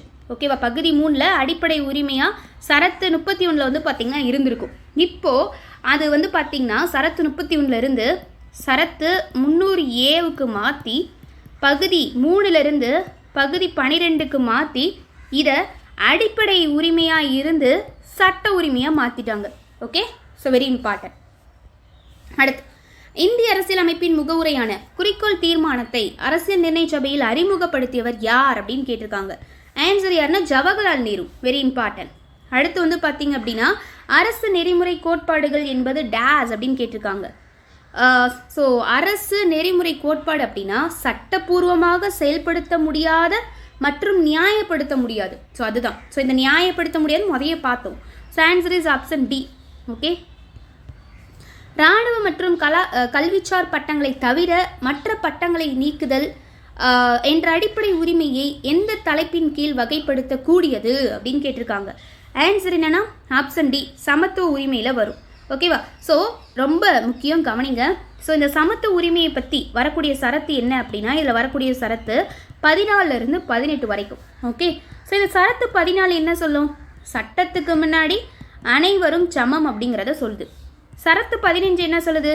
மதமோ இனமோ ஜாதியோ அதே மாதிரி அவங்க பிறந்த இடம் இதை அடிப்படையாக வச்சு ஒரு மனிதனை பாகுபாடு காட்டி வேறுபடுத்தக்கூடாது அப்படிங்கிறத சொல்லுது.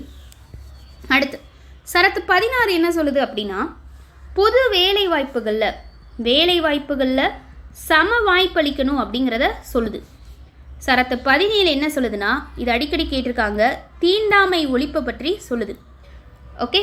அடுத்து தீண்டாமை ஒழிப்பு பற்றியும் தீண்டாமைக்கு எதிராக எந்த இதாக இருந்தாலும் அதை தவிர்க்கிறத பற்றி சொல்லுது. சரத்து 18 என்ன சொல்லுதுன்னா, இராணுவம் மற்றும் கல்விச்சார் பட்டங்களை தவிர மற்ற பட்டங்களை நீக்கிறத பற்றி சொல்லுது. ஸோ வெரி வெரி இம்பார்ட்டன்ட் இந்த சரத்துக்கள். ஸோ சமத்துவ உரிமை பற்றி சரத்துக்கள் என்னென்னா 14 18 வரைக்கும். பின்வருவனவற்றில் நேரடி மக்களாட்சியின் வகைகள் எவை அப்படின்னு கேட்டிருக்காங்க. வாக்கெடுப்பு, முயற்சி, திருப்பியலை, பொது வாக்கெடுப்பு அனைத்துமே தான். So answer is option D. 1 2 3 மற்றும் 4. நேரடி ஜனநாயகத்தில் மொத்தம் 4 கூறுகள் இருக்குது. அதுதான் இது எல்லாமே. ஓகேவா? அதே மாதிரி வந்து பார்த்தீங்க அப்படின்னா மக்களால் தேர்ந்தெடுக்கப்பட்ட பிரதிநிதிகள் உச்ச அதிகாரத்தை பயன்படுத்துகிறாங்க.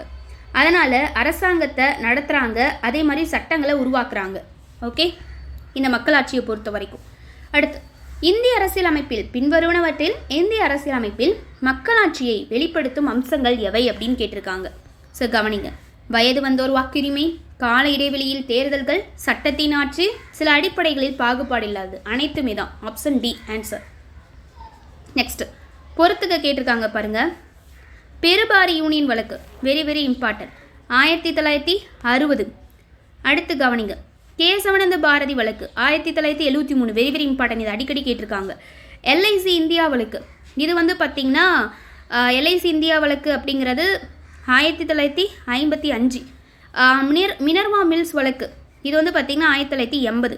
ஸோ அப்போ ஆன்சர் என்னென்னா option B 2 1 3 4. Okay. So very very important. அதே மாதிரி இது இன்னொன்று தெரிஞ்சுக்கோங்க. இது சிம்பிளாக ஒவ்வொரு வழக்குக்கும் நான் சொல்லிடுறேன் என்னென்ன தீர்ப்பு வந்துச்சு அப்படிங்கிறத. பெருபாரி யூனியன் வழக்கு அப்படிங்கிறது 1960 ரைட். ஸோ இது என்ன சொன்னுச்சுன்னா, முன்னுரை அப்படிங்கிறது அரசியலமைப்போட ஒரு பகுதி அல்ல அப்படிங்கிறத சொன்னுச்சு. கேசவனந்த பாரதி வழக்கு இது 1973. இது என்ன சொன்னுச்சுன்னா, முன்னுரை அப்படிங்கிறது அரசியலமைப்போட ஒரு பகுதி தான் அப்படிங்கிறத சொன்னுச்சு. எல்ஐசி இந்தியா வழக்கு இதோட ஆண்டு என்னன்னா 1995 ரைட். இது என்ன சொல்லுது? முன்னுரை அப்படிங்கிறது அரசியலமைப்போட ஒரு ஒருங்கிணைந்த பகுதி, அதில் வரக்கூடியது தான் அப்படிங்கிறத சொன்னுச்சு. அடுத்த மினர்வா மில் வழக்கு 1980.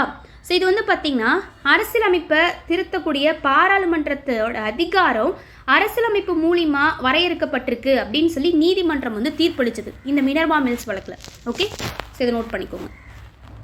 பின்வருவனவற்றுள் இந்திய குடிமகனுக்கு மட்டும் வழங்கப்படும் அடிப்படை உரிமைகள் எவை அப்படின்னு சொல்லி கேட்டிருக்காங்க. பொது வேலை வாய்ப்புகளில் சம வாய்ப்பளிக்கிறது கரெக்டு. சங்கத்தை உருவாக்குவதற்கான சுதந்திரம் இருக்குது கரெக்டு. அடுத்து கைது மற்றும் தடுப்பு காவலிருந்து பாதுகாப்பு தரது, மத விவகாரங்களை நிர்வகிக்கும் சுதந்திரம் அனைத்துமே correct. So answer is option D மேற்கண்ட அனைத்தும். பின்வருவனவற்றில் சரத்து 21 கீழ் அடங்கும் எது வந்து சரத்து 21 கீழே வரும் அப்படின்னு சொல்லி கேட்டிருக்காங்க.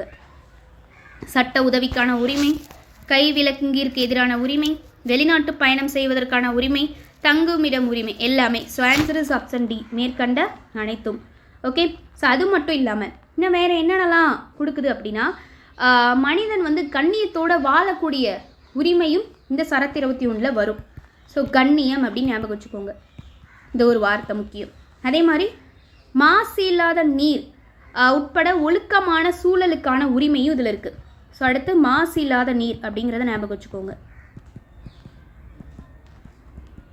அடுத்து தங்குமிடம் உரிமை பார்த்தாச்சு. அடுத்து ஆரோக்கியத்துக்கான உரிமை,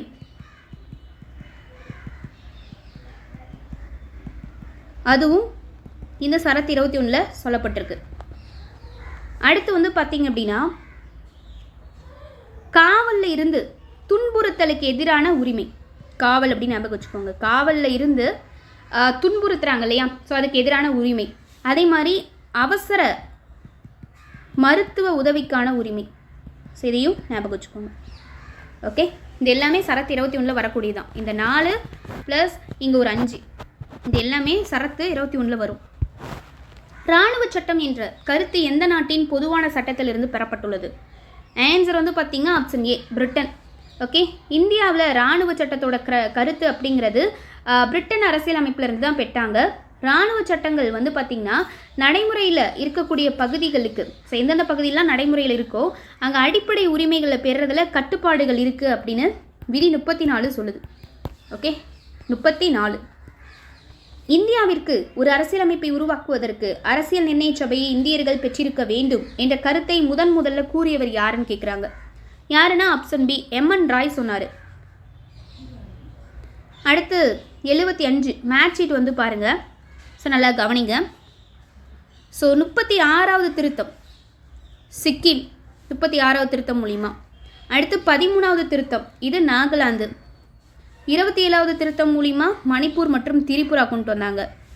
56வது திருத்தம்னா கோவா. ஓகே, ஸோ கவனிங்க. 35வது திருத்தம் அப்படின்னா ஆண்டு வந்து 1974. இது வந்து பார்த்திங்கன்னா சிக்கிம் வந்து இந்தியாவோட ஒரு ஒருங்கிணைந்த மாநிலம் அப்படிங்கிற அந்தஸ்து வந்து இதில் கொடுக்குறாங்க. ஓகேவா? ஸோ இந்த 36வது திருத்தம் மூலிமா. அடுத்து 35ன்னு சொல்லிட்டேன்னா 36. அடுத்து 13வது அரசியலமைப்பு திருத்த சட்டம், அதுக்கான ஆண்டு வந்து பார்த்திங்கன்னா 1962, 13 அப்படின்னா. ஸோ இது மூலிமா நாகாலாந்துக்கு ஒரு மாநில அந்தஸ்து வந்து கொடுத்து அதற்குன்னு சொல்லிட்டு ஒரு சிறப்பு ஏற்பாடுகளை கொடுத்துருக்காங்க. அடுத்து 56வது திருத்த சட்டம், அதுக்கான ஆண்டு வந்து பார்த்திங்கன்னா 1987. இதில் என்ன சொல்கிறாங்கன்னா கோவாவுக்கு மாநில அந்தஸ்து வந்து கொடுத்து டையூ டாமனுக்கு யூனியன் பிரதேச அந்தஸ்தையும் கொடுக்குறாங்க இந்த திருத்தம் மூலிமா. ஓகேவா? அதேமாதிரி கோவா வந்து இந்திய குடியரசோட 25வது மாநிலம். கோவா அப்படிங்கிறது இந்திய குடியரசு பெற்ற இதில் 25வது மாநிலமாக இணைக்கிறாங்க. அடுத்து பாருங்கள், கொஸ்டின் நம்பர் 76. கீழ்கண்டவர்களுள் அரசியல் வரைவு குழு உறுப்பினர்கள் யார் அப்படின்னு கேட்டிருக்காங்க. KM Munshi, N Madhavrao, TT Krishnamachari. 2, 3, 4. Doctor Sachchidananda சின்ஹாலாம் வரமாட்டார், இவர் வந்து தற்காலிக தலைவர். ஓகே, அடுத்து கவனிங்க.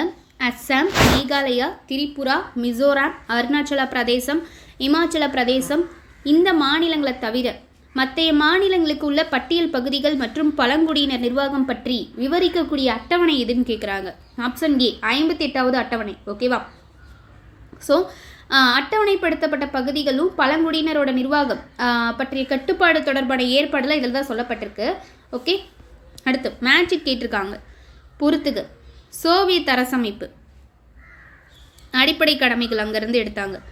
ஆஸ்திரேலிய அரசியலமைப்பிலிருந்து நாடாளுமன்றத்தோட அவைகளோட கூட்டத்தை எடுத்தாங்க. பிரான்ஸ் அரசமைப்பிலிருந்து சுதந்திரம், சமத்துவம், சகோதரத்துவம் எடுத்தாங்க. ஜப்பான் அரசமைப்பிலிருந்து சட்டத்தால் நிறுவப்பட்ட நடைமுறை எடுத்தாங்க.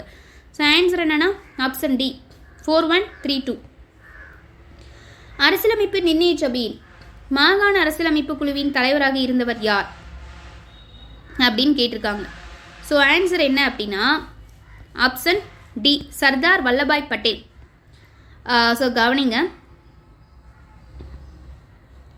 அரசியலமைப்பு நிர்ணய சபையோட மாகாண அரசியலமைப்பு குழுவோட தலைவராக இருந்தவர் சர்தார் வல்லபாய் பட்டேல். அப்போது ஜவஹர்லால் நேரு எதுக்கு வந்து தலைவராக இருந்தார்னா மத்திய அரசமைப்பு குழுவோட தலைவராக இருந்தார். ஓகே,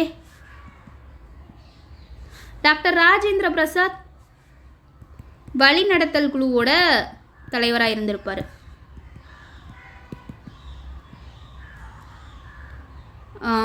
அடுத்து வேற யார்? பட்டாபி சீதாராமையா அவர் ஒருத்தர் இருப்பார். இவர் வந்து பார்த்தீங்க அப்படின்னா ஹவுஸ் கமிட்டி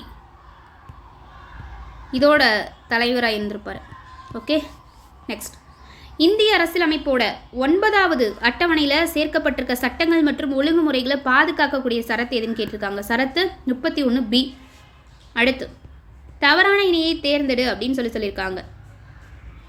அடிப்படை உரிமைகள்ங்கிறது அமெரிக்க ஐக்கிய நாட்டிலிருந்து எடுத்தது. கரெக்ட். அரசியலமைப்பு திருத்த நடைமுறைகள் தென்னாப்பிரிக்காவிலிருந்து எடுத்தது. கரெக்ட். அரசுக்கு வழிகாட்டும் நெறிமுறை கோட்பாடு இது எங்கேருந்து எடுக்கப்பட்டதுன்னா ஆஸ்திரேலியான்னு சொல்லியிருக்காங்க. இது தவறு. ஸோ நம்ம முன்னாடியே பார்த்தோம் ஆஸ்திரேலியாவுக்கு. ஸோ ஆஸ்திரேலிய அரசியலமைப்பிலிருந்து எடுக்கப்பட்டது நாடாளுமன்றத்தோட இரு அவைகளோட கூட்டம் தான். ஓகே, ஸோ அப்போது இந்த அதாவது அரசுக்கு வழிகாட்டும் நெறிமுறை கோட்பாடு தான் டிபிஎஸ்பின்னு சொல்லுவோம். ஸோ இது டிபிஎஸ்பி, ராஜ்யசபாவோட நியமன உறுப்பினர்கள், ஜனாதிபதி தேர்தல் முறை, இது எல்லாமே எங்கேருந்து எடுக்கப்பட்டதுன்னா அயர்லாந்துலேருந்து எடுக்கப்பட்டது. Okay, right. ஸோ அப்போது டிபிஎஸ்பி அப்படின்னு சொல்லக்கூடிய இந்த அரசு வழிகாட்டு நெறிமுறைகள் மட்டும் இல்லாமல், நெறிமுறை கோட்பாடு மட்டும் இல்லாமல், ராஜ்யசபாவோட நியமன உறுப்பினர்கள், ஜனாதிபதி தேர்தல் முறை, இது எல்லாமே அயர்லாந்துலேருந்து எடுக்கப்பட்டது தான். ஸோ அப்போ தவறானது ஆப்ஷன் சி. அடிப்படை உரிமைகளை நிறுத்தி வைத்தல் அப்படிங்கிறது ஜெர்மனியோட வெய்மர் அரசியலமைப்பிலிருந்து எடுக்கப்பட்டதுன்னு சொல்லியிருக்காங்க. இதுவும் சரிதான். அடுத்து, சமீபத்தில் பாராளுமன்றத்தால் இயற்றப்பட்ட புதிய குடியுரிமை திருத்த சட்டத்தில் கீழ்கண்டவர்களில் யார் சேர்க்கப்பட்டுள்ளனர் அப்படின்னு கேட்டிருக்காங்க. ஸோ கவனிங்க, இந்துக்கள், சீக்கியர்கள், கிறிஸ்தவர்கள் தான். இலங்கை தமிழர்கள் கிடையாது. So answer is option C 1, 2 மற்றும் 4. அடுத்து, பின்வருவனவற்றுள் குடியரசுத் தலைவர் தொடர்பான சரியான கூற்றுகள் எவை அப்படின்னு சொல்லி கேட்டிருக்காங்க. ஸோ கவனிங்க, இவர் இந்தியாவின் முதன்மை நிர்வாகி. கரெக்டு. அவரது நிர்வாக அதிகாரத்தை சார்நிலை அதிகாரிகள் மூலம் செயல்படுத்தலாம். இதுவும் correct. So answer is option C 1 மற்றும் 2 அப்படிங்கிறது சரியானது தான். மத்திய அரசோட செயலாக்க அதிகாரத்தோட தலைவராக குடியரசுத் தலைவர் இருப்பார். பேரளவு தலைவர்னு இவரை சொல்லுவாங்க. அதே மாதிரி இந்திய அரசோட அனைத்து நிர்வாக நடவடிக்கைகளும் இவரோட பெயரில் தான் நடக்கும். ஓகே, அடுத்து, குடியரசுத் தலைவருக்கு பதவியேற்பு உறுதிமொழியை செய்து வைக்கிறவர் யார்? ஆன்சர் ஆப்ஷன் ஏ உச்சநீதிமன்ற தலைமை நீதிபதி தான் இதை வந்து செஞ்சு வைப்பார். ஓகேவா? ஸோ இது வந்து வெரி வெரி இம்பார்ட்டன்ட். ஸோ அதே மாதிரி சரத்து 60 இது வந்து பார்த்திங்கன்னா குடியரசுத் தலைவரோட பதவி பிரமாணம் வந்து இந்திய தலைமை நீதிபதியால் தான் நிர்வகிக்கப்படுது அப்படிங்கிறத பற்றி சொல்லுது. பின்வரும் குடியரசுத் தலைவர் தகுதி தொடர்பான தவறான கூற்று எதுன்னு கேட்டிருக்காங்க. ஃபஸ்ட்டு கவனிங்க, இவர் இந்திய குடிமகனாக இருக்கணுமா? குடியரசுத் தலைவர் ஆகிறதுக்கு கரெக்டு. 35 வயசு பூர்த்தி அடைஞ்சிருக்கணுமா? இதுவும் கரெக்டு. நெக்ஸ்ட், அவரை தேர்ந்தெடுக்கும் வாக்காளர் குழுமத்திலிருந்து 30 பேர் முன்மொழிய வேண்டும் சொல்லியிருக்காங்க. இது வந்து தவறு. சரத்து 55 என்ன சொல்லுது தெரியுமா? குறைந்தபட்சம் 50 பாராளுமன்ற உறுப்பினர்கள் ஜனாதிபதி வேட்பாளரோட பெயரை, குடியரசுத் தலைவரோட பெயரை வந்து சொல்லணும் அப்படின்னு சொல்லுது. அதே மாதிரி ரெண்டாவது இன்னொன்று என்ன கண்டிஷன் சொல்லுதுன்னா 50 எம்பிக்கள் வந்து இந்த நியமனத்தை முறையாக ஆதரிக்கணும் அப்படின்னு சொல்லுது. ஓகே, ஸோ அதனால் இது தவறு. Option D. சரியான கூற்றை தேர்ந்தெடுன்னு கேட்டிருக்காங்க. ஸோ கவனிங்க, உலகிலேயே முதலில் பெண்களுக்கு ஓட்டுரிமை அளித்த நாடு ஐக்கிய பேரரசுன்னு சொல்லியிருக்காங்க. Yes, correct. மக்களாட்சி அமைப்பில் அதிகாரம் மக்களிடம் இருக்கும் அப்படின்னு சொல்லியிருக்காங்க. ஸோ இது வந்து சரியான கூற்று கேட்டிருக்காங்கல்ல. ஸோ இது ஃபஸ்ட்டு தவறு, செகண்ட் தான் சரி. மக்களாட்சி அமைப்பில் அதிகாரம் மக்களிடம் இருக்குங்கிறது கரெக்டு. ஃபஸ்ட்டு வந்து தவறு. ஏன்னா உலகத்திலே முதல்ல பெண்களுக்கு ஓட்டுரிமை அளித்த நாடு எது அப்படின்னா நியூசிலாந்து. ஓகே, ஸோ அப்போது செகண்ட் மட்டும்தான் சரி. Option B. முகவுரையில் உள்ள சொற்களை சரியான வரிசைப்படுத்துக. ஸோ இது அடிக்கடி நான் சொல்லியிருப்பேன். ஸோ ஆப்பில் ஸ்டூடெண்ட்ஸ்க்கு வந்து சொல்லியிருப்பேன். ஃபஸ்ட்டு எப்படி வரும் அப்படின்னா கவனிங்க, இறையாண்மை, சமதர்மம், சமய சார்பற்ற, மக்களாட்சி, லாஸ்ட்டாக தான் ஃபைனலாக குடியரசுன்னு வரணும். சயின்ஸில் வந்து பார்த்திங்கன்னா ஆப்ஷன் டி 2, 3, 1, 5, 4. மாநிலங்களுக்கான சிறப்பு ஏற்பாடுகள் பற்றிய கூற்றுகளை கவனிக்க அப்படின்னு சொல்லி கேட்டிருக்காங்க. ஸோ கவனிங்க, ஸோ இந்த இதெல்லாம் கொடுத்துட்டு மேற்கண்ட எத்தனை இணைகள் சரியாக பொருந்துகின்றன அப்படின்னு சொல்லி கேட்டிருக்காங்க. ஸோ என்ன அப்படின்னா ஆன்சரு ஆப்ஷன் டி எல்லாமே வந்து சரிதான். 371A அப்படிங்கிறது வந்து பார்த்திங்க அப்படின்னா இது 371A அப்படிங்கிறது 13வது திருத்தச் சட்டம் 1962 மூலிமா நாகாலாந்து வந்து இது பண்ணதை பற்றி சொல்லுது. கரெக்டு. 371B 22வது சட்ட திருத்தம் 1969 சிறப்பு தகுதியை பற்றி சொல்லுது. 371C இது வந்து பார்த்திங்கன்னா 27வது திருத்தச் சட்டம் 1971 மூலிமா மணிப்பூருக்கான சிறப்பு தகுதியை பற்றி சொல்லுது. 371D ஆந்திர பிரதேசம் 32வது திருத்தச் சட்டம் 1973 மூலிமா இது வந்து பார்த்திங்க அப்படின்னா ஆந்திர பிரதேசத்துக்கான சிறப்பு தகுதியை பற்றி சொல்லுது. ஸோ எல்லாமே சரி, option D. Next match it பாருங்கள். மத்திய அமைச்சரவையில் பதவி வகித்த முதல் பெண் யார்? இது அப்படியே 7th சோஷியல் சயின்ஸ் புக்கில் பெண்கள் மேம்பாடு அப்படிங்கிற லெசனில் இருக்கும். ஸோ அது கவனிங்க. மத்திய அமைச்சரவையில் பதவி வகித்த முதல் பெண் யாருன்னா நல்லா கவனிங்க, விஜயலட்சுமி பண்டிட். அடுத்து இந்தியாவின் முதல் பெண் முதலமைச்சர், மாநில முதலமைச்சர், இந்தியாவின் முதல் பெண் மாநில முதலமைச்சர் யார் அப்படின்னா சுச்சிதா கிருபாலினி. அடுத்து சுதந்திர இந்தியாவின் முதல் பெண் ஆளுநர் சரோஜினி நாயுடு. இந்தியாவின் முதல் பெண் பிரதமர் Indira Gandhi. So answer is option B 4, 3, 2, 1. சரியான கூற்றை தேர்ந்தெடுக்க. இந்திய அரசியலமைப்பு இந்தியா முழுவதும் ஒரே மாதிரியான ஒற்றை குடியுரிமையை வழங்குகிறது. கரெக்டு தான். அடுத்து இந்திய அரசியலமைப்பின் பகுதி 2 சரத்து 5 to 12 வரை குடியுரிமை பற்றி விளக்குகிறது அப்படின்னு சொல்லியிருக்காங்க. ஸோ கரெக்டு தான், பகுதி 2ங்கிறது கரெக்டு, ஆனால் சரத்து 5லேருந்து 11 வரைக்கும். ஸோ அதனால் இது மிஸ்டேக் ஆயிடுச்சு. அப்போ சரியானதுங்கிறது ஆப்ஷன் ஏ 1 மட்டும். தவறான கூற்றை தேர்ந்தெடு. ஸோ கவனிங்க, இந்திய கடலோர காவல்படை 1978ஆம் ஆண்டு கடலோர காவல்படை சட்டத்தின்படி நிறுவப்பட்டது அப்படின்னு சொல்லியிருக்காங்க. கரெக்டு தான். ஸோ இது வந்து பார்த்திங்கன்னா பாதுகாப்பு அமைச்சகத்து அது வழிநடத்தல் படி தான் இது வந்து செயல்படும். கரெக்டாக தான் இருக்குது.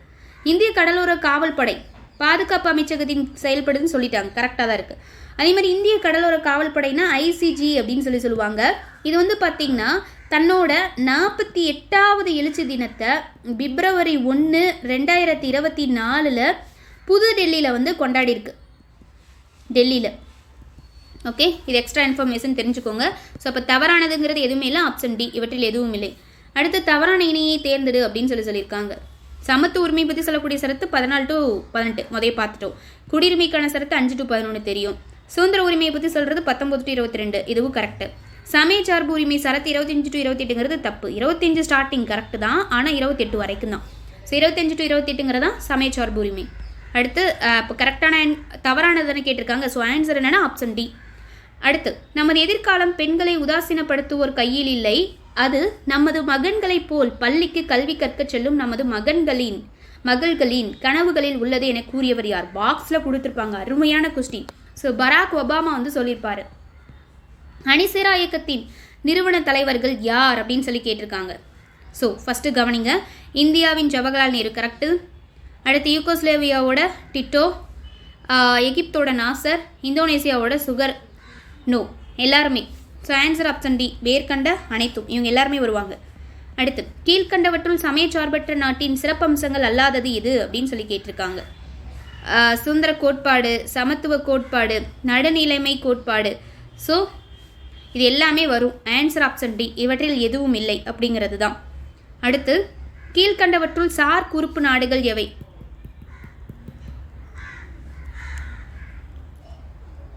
SAARC, south Asian association and regional cooperation. So இதில் உறுப்பு நாடுகள் எவைன்னு கேட்டிருக்காங்க. ஸோ ஆன்சர் என்ன அப்படின்னா நேபாளமும் வரும், பூடானும் வரும், இலங்கை வரும், மாலத்தீவு வரும்.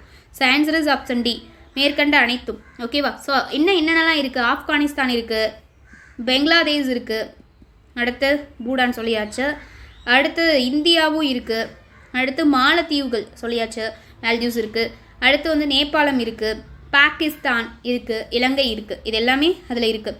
அதே மாதிரி 2021 எடுத்த கால்குலேஷன் படி சார்க் வந்து உலகத்தோட நிலப்பரப்பில் 3%, உலக மக்கள் தொகையில் 21%, உலக பொருளாதாரத்தில் 5.21% கொண்டு இருக்கு அப்படின்னு சொல்லி கணக்கெடுப்பில் சொல்லியிருக்காங்க.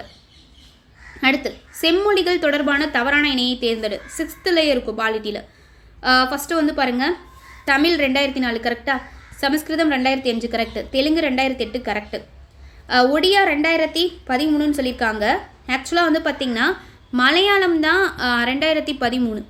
அப்போ ஒடியாவுக்கு என்ன 2014 செம்மொழி அந்தஸ்து. So answer option D.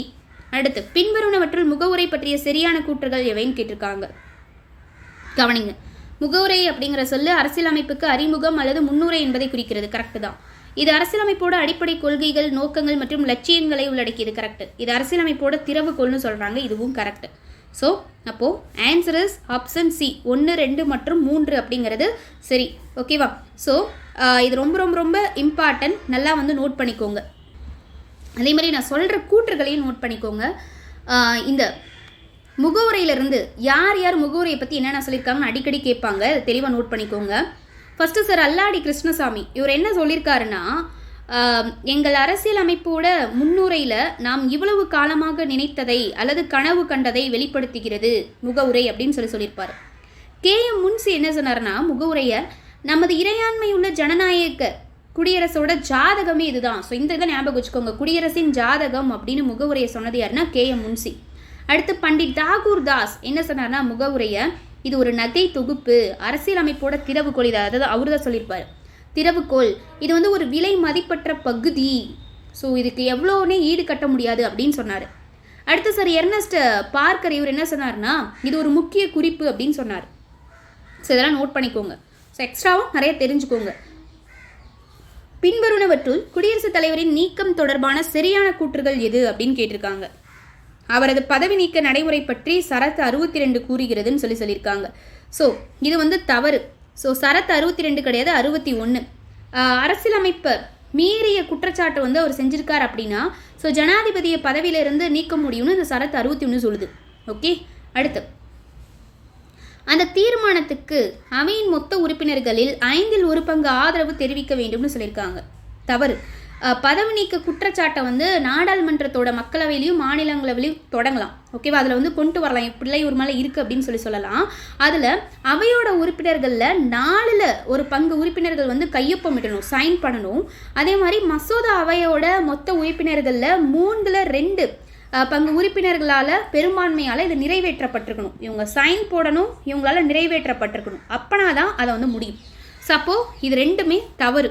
Answer option D எதுவுமே சரியானது இல்லை. பின்வரும் வழக்குகளில் எது தனிநபர் உரிமையுடன் தொடர்புடையது அப்படின்னு கேட்டிருக்காங்க. ஆன்சர் என்ன அப்படின்னா, அதாவது நாகராஜ் வழக்கு எதோட தொடர்புடையதுன்னு கேட்டிருக்காங்க. ஸோ ஆன்சர் வந்து பார்த்தீங்கன்னா ஆப்ஷன் பி இந்திரா சஹானி வழக்கோட தொடர்புடையது. அது வந்து கவனிங்க. இந்த வழக்குலாம் ரொம்ப முக்கியம், நல்லா தெளிவாக பார்த்துக்கணும். ஆகஸ்ட் 2017 என்ன நடக்குதுன்னா, நீதிபதி KS புட்டசாமி ஸோ அவர் இப்போ வந்து ஓய்வு பெற்றுட்டாரு.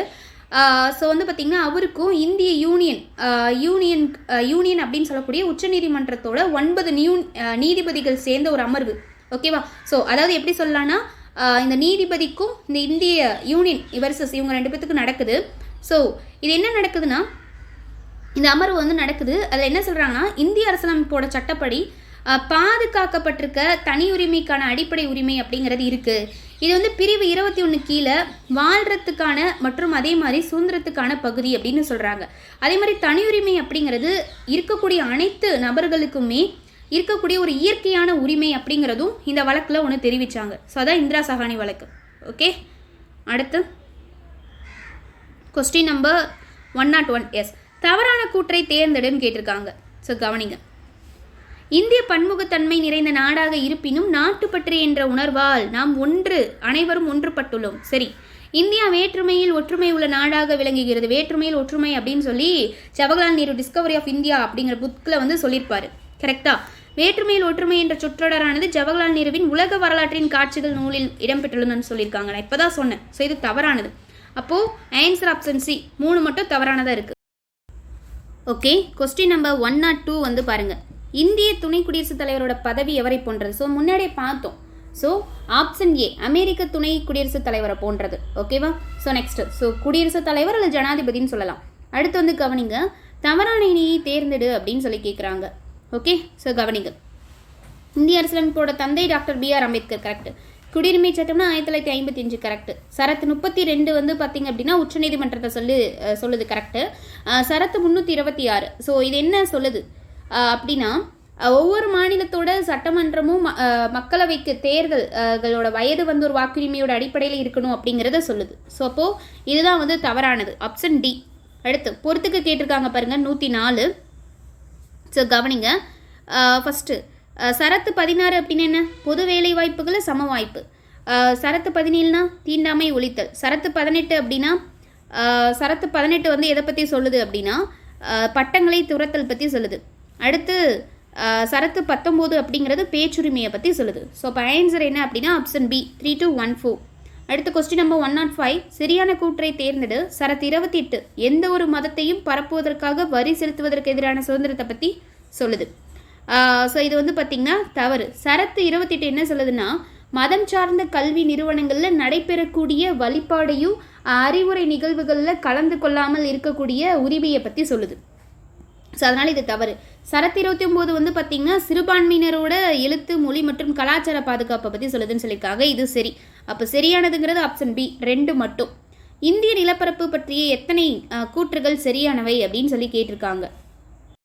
ஸோ கவனிங்க, 2020ஆம் ஆண்டில் தாத்ரா நாகர் ஹவேலி மற்றும் டாமன் மற்றும் டையூ ஆகியவை ஒரே யூனியன் பிரதேசமாக ஒருங்கிணைக்கப்பட்டன. கரெக்ட். ஜம்மு காஷ்மீர் வந்து இந்தியாவோட மிகப்பெரிய யூனியன் பிரதேசம். கரெக்ட். 4 வடகிழக்கு மாநிலங்கள் பூடானுடன் சர்வதேச எல்லைகளை பகிர்ந்து கொள்கின்றன. கரெக்ட். ஜூன் 2 தெலுங்கானா மாநிலம் உருவான நாளாக கொண்டாடப்படுகிறது. எல்லாமே கரெக்ட். ஸோ ஆன்சர் என்னன்னா ஆப்ஷன் டி அனைத்து கூற்றுகளும் சரியானவை தான். அடுத்து இந்திய நாட்டுப்புற நடனங்கள் பற்றி தவறான இணையை தேர்ந்தெடுன்னு சொல்லியிருக்காங்க. ஸோ ஃபஸ்ட்டு வந்துட்டு பாருங்கள், தமிழ்நாடு அப்படின்னா தப்பாட்டம் கரெக்டு. கேரளானா தும்ஹல் அப்படிங்கிறது தவறு. ஸோ கேரளானா என்ன வரும்? மோகினி ஆட்டம் வரும். ஓகே.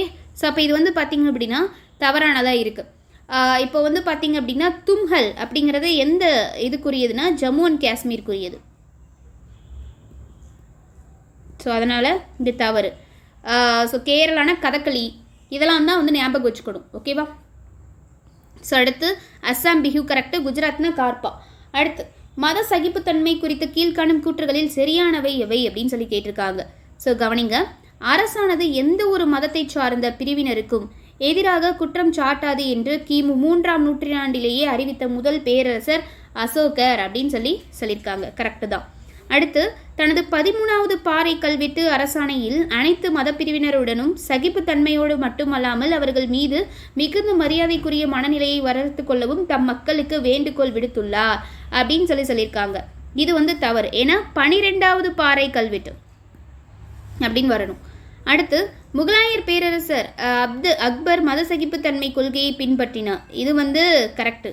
அக்பரின் தீன் இலாஹி மற்றும் சுல் இ குல் அமைதி மற்றும் நல்லிணக்கம் அப்படின்னு சொல்லுவாங்க. அனைத்து சமயத்தினர்கிட்ட அமைதி மற்றும் நல்லிணக்கம்னு சொல்லுவாங்க. அக்பரின் தீன் இலாஹி அப்படின்னா தெய்வீக நம்பிக்கைன்னு சொல்லுவாங்க. அவரோட சமய சகிப்புத்தன்மையை எடுத்து எம்புகிறதுன்னு சொல்லியிருக்காங்க. ஸோ அப்போது இதுவும் correct. So answer option A 1, 3 மற்றும் 4 சரியானது. அடுத்து சரியான கூற்றை தேர்க சொல்லியிருக்காங்க பாருங்கள். இந்திய அரசியலமைப்பு எழுதப்பட்ட பின்னர் பொதுமக்கள், பத்திரிகைகள், மாகாண சட்டமன்றங்கள் மற்றும் பலரால் விவாதிக்கப்பட்டது. கரெக்ட். ஸோ இது மட்டும்தான் சரி. இறுதியாக முகவுரை 25 பகுதிகள், 395 சரத்துகள் மற்றும் 12 அட்டவணைகளை கொண்டிருந்தது அப்படின்னு சொல்லியிருக்காங்க. ஸோ இதில் வந்து பார்த்தீங்கன்னா 25 பகுதிகள் தவறு, 22 பகுதிகள், சரத்துக்கள் மட்டும்தான் சரி. அட்டவணைகளும் 12 கிடையாது, 8. ஓகே. ஸோ 8 அப்படின்னு சொல்லி வரணும். ஸோ இதனால் இது தவறு. அரசியலமைப்பு வந்து ஜனவரி 26, 1949 ஏற்றுக்கொள்ளப்பட்டதுன்னு சொல்கிறாங்க. ஸோ 2 வித்தியாசம் இருக்குது. ஃபஸ்ட்டு ஏற்றுக்கிட்டதுக்கு அப்புறம் தான் நடைமுறைக்கு எந்த ஒரு விஷயமா இருந்தாலும் வரும். ஸோ அரசியலமைப்பு ஏற்றுக்கிட்ட நாள் என்னன்னா நவம்பர் 26, 1949. ஸோ நடைமுறைக்கு வந்த நாள் தான் ஜனவரி 26, 1950. ஓகே. ஸோ அதனால் இது வந்து தவறானது. ஓகே. இப்போ சரியாக இருக்கிறது ஆப்ஷன் ஏ 1 மட்டும். அடுத்து 110 பாருங்கள். பின்வருவனவற்றுள் சரியான கூற்று எதுன்னு கேட்டிருக்காங்க. அடிப்படை கடமைகள் அப்படிங்கிறது முன்னாள் சோவியத் யூனியன் அரசியலமைப்பிலிருந்து எடுக்கப்பட்டது. கரெக்டு தான். அடுத்து 44வது திருத்தச் சட்டம் 1978 சில கடமைகளை குடிமக்களுக்கு வழங்கியது அப்படின்னு சொல்கிறாங்க. ஸோ சொல்லியிருக்க பாயிண்ட் கரெக்ட் தான்யா, ஆனால் ஆண்டு வந்து தப்பாக இருக்குல்ல. 44 அப்படிங்கிறது 1976. ஓகே. ஸோ சாரி ஸோ ஃபுல்லாகவே வந்து தப்பு. அமெண்ட்மெண்ட்டே தப்பு இல்லை. 42வது சட்ட திருத்தம் 1976 இதுதான் வந்து பார்த்திங்க அப்படின்னா சில கடமைகளை குடிமக்களுக்கு கொடுத்துச்சு. அமெண்ட்மெண்ட்டே வேறு. ஓகே, ஸோ 44 அதுக்கான ஆண்டு 1978 தான், 42 அதுக்கான ஆண்டு 1976. ஸோ 42வது அமெண்ட்மெண்ட் 1976 தான் சில கடமைகளை குடிமக்களுக்கு வழங்கியது. அதனால் இது தப்பு. இந்த சட்ட திருத்தம் வந்து பார்த்திங்கன்னா அரசியலமைப்போட பகுதி 3A என்ற புதிய பகுதியை சேர்த்தது அப்படின்னு சொல்லியிருக்காங்க. ஸோ 3A கிடையாது. அடிப்படை கடமைகள்னு அதுக்கான பகுதி என்ன, 4A, அதுக்கான சரத்து 51Aன்னு பார்த்தோம். ஸோ இதுவும் தவறு. அப்போ சரியானது 1 மட்டும்தான், ஆப்ஷன் சி ஆன்சர். பின்வருவனவற்றில் அடிப்படை உரிமை அல்லாதது எது அப்படின்னு சொல்லி கேட்டிருக்காங்க. ஸோ என்ன, சொத்துரிமை தான். சமத்துவ உரிமை இருக்குது, சுரண்டலுக்கு எதிரான உரிமை இருக்குது, கல்வி மற்றும் கலாச்சார உரிமை இருக்குது. சொத்துரிமை இல்லை, ஏன்னா அதை சட்ட உரிமையாக போட்டாங்க. அடிப்படை உரிமையிலிருந்து சட்ட உரிமையாக இதை தூக்கி போட்டாங்க. நம்ம பாயிண்ட்ஸ் எல்லாமே சொத்துரிமைக்கு பார்த்துட்டோம், திரும்ப திரும்ப பார்த்தோம்னா டைம் தான் போயிட்டுருக்கும். அடுத்து, சரியான கூற்றை தேர்ந்தெடுன்னு கேட்டிருக்காங்க. சமய சார்பற்ற என்ற சொல்லானது 1950ஆம் ஆண்டு ஏற்றுக்கொள்ளப்பட்ட நமது அரசியலமைப்பில் குறிப்பிடப்படவில்லை அப்படின்னு சொல்லியிருக்காங்க. கரெக்டு தான். ஸோ அடுத்து, இந்திய அரசியலமைப்பில் 42வது சட்ட திருத்தத்தின் மூலிமா முகவுரையில் சமயச்சார்பற்ற அப்படிங்கிற சொல் சேர்க்கப்பட்டதுன்னு சொல்லியிருக்காங்க. இது தவறுங்க. 42வது சட்ட திருத்தம் 1976 மூலிமா தான் வந்து பார்த்திங்கன்னா சேர்த்துருப்பாங்க. ஸோ அதனால் இது தவறு. ஃபஸ்ட்டு கூற்று மட்டும் சரி, ஆப்ஷன் ஏ 1 மட்டும்தான் சரி. அடுத்து, சரியான கூற்றை தேர்ந்தெடுன்னு சொல்லியிருக்காங்க. குடிமகன் என்ற சொல் சிவிஸ் என்றும் கிரேக்க வார்த்தையிலிருந்து பெறப்பட்டது. என்னது இது? ஸோ குடிமகன்னா சிட்டிசன் அப்படின்னு சொல்லுவோமா? அப்போது இந்த குடிமகன் சிட்டிசன் அப்படிங்கிற சொல்லு லத்தீன் வார்த்தையிலிருந்து, அதாவது சிவிஸ் அப்படிங்கிற, சிவிஸ் இது கரெக்டு தான், சிவிஸ் அப்படிங்கிற லத்தீன் வார்த்தையில் இருந்து பெறப்பட்டது. ஸோ அதனால் இது தவறு. இதோட பொருள் வந்து பார்த்திங்கன்னா பண்டைய கிரேக்கத்தில் நகர நாடுகளின் குடியிருப்பாளர் அப்படின்னு சொல்கிறாங்க. ஸோ இதோட பொருள் வந்து பார்த்திங்கன்னா சொல்லியிருக்கிறதெல்லாம் கரெக்டு தான், ஆனால் என்ன வரணும்னா வசிப்பவர், நகர அல்லது மாநிலங்களில் வசிப்பவர் அப்படின்னு சொல்லி வரணும். ஓகே, ஸோ அதனால இது தவறானதாக இருக்குது. அப்போது எதுவுமே சரியில்லை, ஆப்ஷன் டி இவற்றில் எதுவும் இல்லைங்கிறதான் ஆன்சர். அடுத்த பிரிவு 31B டேஸ் உடன் தொடர்புடையது அப்படின்னு சொல்லி கேட்டிருக்காங்க. ஆன்சர் ஆப்ஷன் சி 9வது அட்டவணையோட தொடர்புடையது. ஓகேவா? ஸோ 9வது அட்டவணை வந்து பார்த்திங்க அப்படின்னா நீதிமன்றத்தில் சவால் செய்ய முடியாத மத்திய மாநில சட்டங்களோட பட்டியலை கொண்டது தான் இந்த 9வது அட்டவணை அப்படிங்கிறது. அதே மாதிரி வந்து பார்த்திங்க அப்படின்னா இந்த 31B இருக்குல்ல, ஸோ இது வந்து பார்த்திங்கன்னா முதல் அரசியலமைப்பு திருத்த சட்டம் 1951 ஃபஸ்ட்டு வந்த அமெண்ட்மெண்ட் 1951 தான். ஸோ அது மூலிமா சேர்க்கப்பட்டது தான் இந்த பிரிவு 31B அப்படிங்கிறது. அதே மாதிரி சட்டப்பிரிவு 31B வந்து பார்த்திங்கன்னா 9வது அட்டவணையில் சொல்லப்பட்டிருக்க எந்த செயல்களும் எந்த உரிமைகளுக்கும் முரணாக இருப்பதால் அது வந்து செல்லத்தகாததா கருதப்படாது அப்படின்னு சொல்லியிருக்கு. அடுத்து, பின்வரும் எந்த ஆண்டு பாண்டிச்சேரி மக்களுக்கு இந்திய குடியுரிமைக்கான ஆணையை இந்திய அரசு வழங்கியதுன்னு கேட்டிருக்காங்க. Answer option C 1962. ஓகேவா? ஸோ குடியுரிமை பாண்டிச்சேரி ஆணை அப்படிங்கிறது 1962. அதேமாதிரி 1963 பாரிஸில் இருக்கக்கூடிய பிரெஞ்சு நாடாளுமன்றம் வந்து பார்த்திங்கன்னா இந்தியா கூட இருக்கக்கூடிய ஒப்பந்தத்தை அங்கீகரித்ததுக்கு அப்புறமா புதுச்சேரி வந்து அதிகாரப்பூர்வமாக இந்தியாவோட ஒருங்கிணைந்த பகுதியாக மாறிடுச்சு 1963 அப்புறமா. ஓகே, அடுத்து, சரியான கூற்றை தேர்ந்தெடுன்னு கேட்டிருக்காங்க. ஸோ கவனிங்க, இந்தியா வந்து ஒரு மதச்சார்பற்ற நாடுன்னு சொல்லியிருக்காங்க. கரெக்டு தானே? அனைத்து மதங்களையும் சமமாக நடத்துது. கரெக்டு தானே? இந்தியா வந்து பல மதங்களோட தாயகமாகவும் பல மதங்களோட புகலிடமாகவும் இருக்குது. இதுவும் கரெக்டு தானே? So answer is option C மேற்கண்ட அனைத்தும் சரியானது. அடுத்து, சரியான கூற்றை தேர்ந்தெடுன்னு சொல்லியிருக்காங்க. ஒரு நாட்டோட அரசாங்கத்தால் தனி ஒருவருக்கு வழங்கப்படுறது குடியுரிமை. கரெக்டு. ஸோ குடியுரிமை சட்டம் இப்போ 1955. அடுத்து வந்து கவனிங்க, இது ஒரு சட்ட முறைகளுக்கு உட்பட்டது. இதுவும் கரெக்டு. ஒருவர் தனது குடியுரிமையை மாற்ற முடியாது அப்படின்னு சொல்லியிருக்காங்க. ஸோ இது வந்து பார்த்திங்க அப்படின்னா தவறு. குடியுரிமையை மாற்ற முடியும், நாட்டுரிமையை தான் மாற்ற முடியாது. ஸோ இதை ஞாபகம் வச்சுக்கணும், ஒரு பாக்ஸில் கொடுத்துருப்பாங்க. அப்போது சரியான கூற்றுங்கிறது ஆப்ஷன் ஏ 1 மற்றும் 2 தான் சரி. பிரதமரின் சம்பளம் மற்றும் பிற சலுகைகளை தீர்மானிப்பது யார்? யார் தீர்மானிப்பாங்க? Option C. இங்கே யாருன்னு கேட்டிருக்கிறனால அது மனிதரை தான் மென்ஷன் பண்ணும், குடியரசுத் தலைவர்னு போட்டக்கூடாது, தப்பு. ஸோ அப்படி டிஃப்ரெண்ட்டாக கேட்பாங்க. பாராளுமன்றம் தான் தீர்மானிக்கும். ஓகே, ஸோ இதை எது சொல்லுதுன்னா, இதை பற்றி சொல்லக்கூடிய சரத்து 75. ஸோ சரத்து 75 என்ன சொல்லுதுன்னா, பிரதமரோட சம்பளமும் அவருக்கு எவ்வளோ படிகள் கொடுக்கணும் அப்படிங்கிறது பாராளுமன்றத்தால் தான் தீர்மானிக்கப்படுது அப்படின்னு சொல்லுது, நான் சொல்லலை. அடுத்து, கீழ்கண்டவற்றுள் எந்த சரத்துக்கள் சமய சார்பின்மையுடன் தொடர்புடையது அப்படின்னு சொல்லி கேட்டிருக்காங்க. ஸோ இதுக்கு வந்து கவனிங்க, சரத்து 15, சரத்து 16, சரத்து 27 இதெல்லாம் மட்டும்தான். ஸோ இப்போ ஆன்சர் என்னென்னா ஆப்ஷன் சி 1, 2 மற்றும் 4 அப்படிங்கிறது தான். ஓகேவா? ஸோ சமத்துவத்திற்கான உரிமையில் சரத்து 15, 16 வரும். அடுத்து வந்து பார்த்திங்க அப்படின்னா மத சுதந்திரத்திற்கான உரிமையில் இந்த 25லேருந்து 28 வரைக்கும் வரும். ஸோ அதனால் இதுவும் வரும். ஓகே, அடுத்து இந்திய அரசியலமைப்பின் பகுதி 4 எதை பற்றி கூறுகிறது? பகுதி 4 எதை பற்றி சொல்லுதுன்னா அரசு நெறிமுறை கோட்பாடுகள் பற்றி சொல்லுது. ஓகே, ஸோ அப்போது அரசு வழிகாட்டும் நெறிமுறை கோட்பாடுகள் இதில் வரக்கூடிய சரத்து என்னென்னா 36லேருந்து 51 வரைக்கும். இது எங்கேருந்துங்க எடுத்தாங்க? அரசு நெறிமுறை கோட்பாடை அயர்லாந்துலேருந்து எடுத்தாங்க. ஆல்ரெடி நம்ம இதெல்லாம் பார்த்துட்டோம். ஓகே, அடுத்து குடியரசுத் தலைவருக்கும் அமைச்சரவை குழுவுக்கும் இடையேயான தகவல் தொடர்பு பாலமாக இருக்கிறது யார்? பிரதமர் தான் இருப்பார்.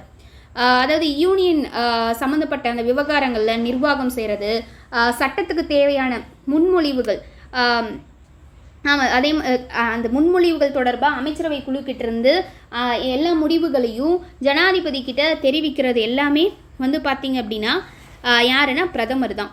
அடுத்து பின்வரும் நாடுகளில் எது அதன் அரசியலமைப்பை எழுத்துப்பூர்வமாக கொள்ளாமல் பல அங்கங்களின் தொகுப்பான அரசியலமைப்பாக கொண்டுள்ளது? ஆன்சர் என்னன்னா ஆப்ஷன் பி இங்கிலாந்து தான். இங்கிலாந்து வந்து பார்த்திங்கன்னா ஒரு எழுதப்படாத அரசியலமைப்புக்கு எடுத்துக்காட்டாக அந்த நாடை சொல்லலாம். அப்போது எழுதப்பட்ட அரசியலமைப்புக்கு எந்தெந்த நாடை சொல்லலாம்னா America, Australia, India, France, Denmark, New Zealand, Brazil இந்த நாடுகள்லாம் எழுதப்பட்ட அரசியலமைப்பு கொண்ட நாடுகள். பின்வரும் நாடுகளில் மதச்சார்பு அரசை கொண்டுள்ளது எது அப்படின்னு கேட்டிருக்காங்க. எதுனா பாகிஸ்தானும் வாட்டிக்கனும். ஓகே, ஸோ இது ரெண்டும். அப்போது மதச்சார்பு அரசு வந்து பார்த்துட்டோம். அதே மாதிரி மதச்சார்பு அரசில் பாகிஸ்தானி வாட்டிக்கனும் பார்த்த மாதிரி மதச்சார்பற்ற அரசில் எதெல்லாம் வரும்னா இந்தியா வரும், அமெரிக்கா வரும். ஓகே, அடுத்து அரசியல் நிர்ணய சபை பற்றிய சரியான கூற்றை தேர்ந்தெடுன்னு கேட்டிருக்காங்க. ஃபஸ்ட்டு கவனிங்க, அதன் முதல் கூட்டம் டிசம்பர் 9, 1949 நடைபெற்றதுன்னு சொல்லியிருக்காங்க. கரெக்டு தான். அதே மாதிரி அதன் உறுப்பினர்கள் நேரடியாக மாகாண சட்டமன்றங்களிலிருந்து தேர்ந்தெடுக்கப்பட்டாங்க அப்படின்னு சொல்லியிருக்காங்க. ஸோ இது வந்து பார்த்திங்க அப்படின்னா தவறானது. அரசியலமைப்பு சபை அப்படிங்கிறது வந்து பார்த்திங்கன்னா பகுதியளவில் தேர்ந்தெடுக்கப்பட்டு பகுதியளவு நியமனம் செய்யப்பட்ட ஒரு அமைப்பாக தான் இருக்கணும். அதாவது மறைமுகமான இதாக தான் இருக்கணும் அப்படின்னு சொல்கிறாங்க. இந்த நேரடி அப்படிங்கிறது கிடையாது. அதனால தவறு. இப்போ ஆன்சர் என்னென்னா ஆப்ஷன் ஏ. கீழ்கண்டவற்றுள் ஆப்ரேஷன் போலோவின் கீழ் இந்திய இராணுவத்தால் கைப்பற்றப்பட்ட மாநிலம் எது?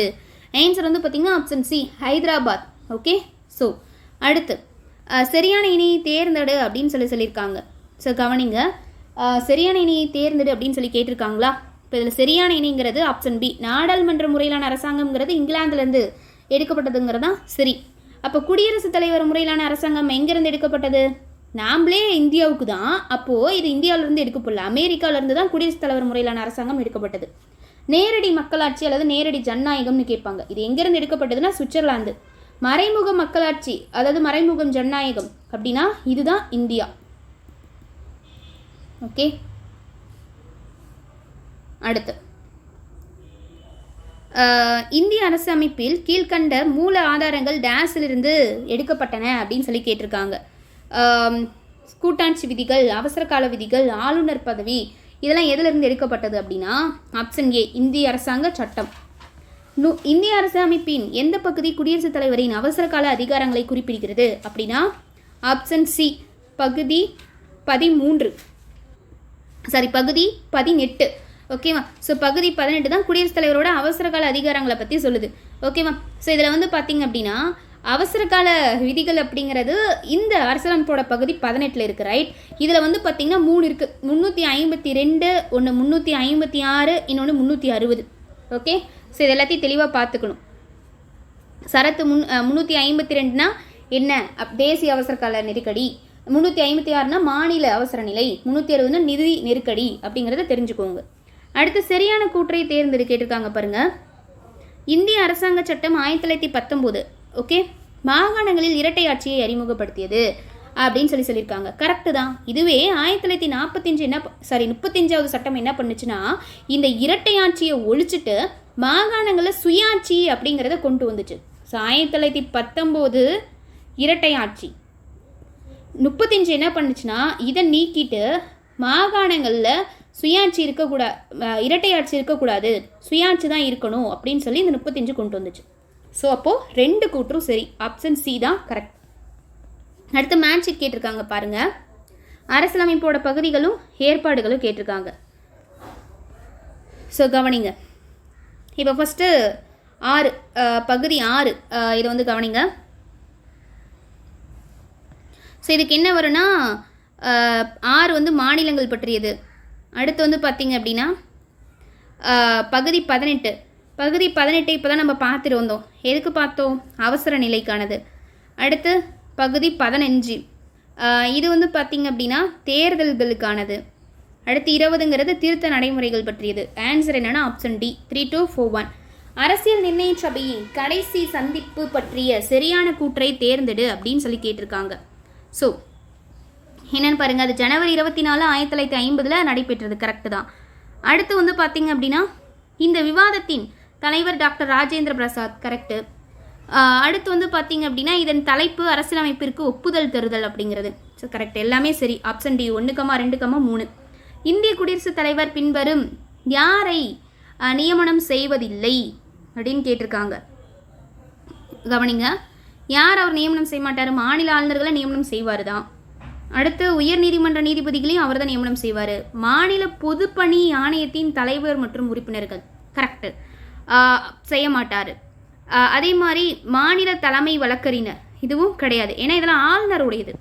சப்போ ஆன்சர் என்னென்னா ஆப்ஷன் சி 3 மற்றும் 4 கிடையாது.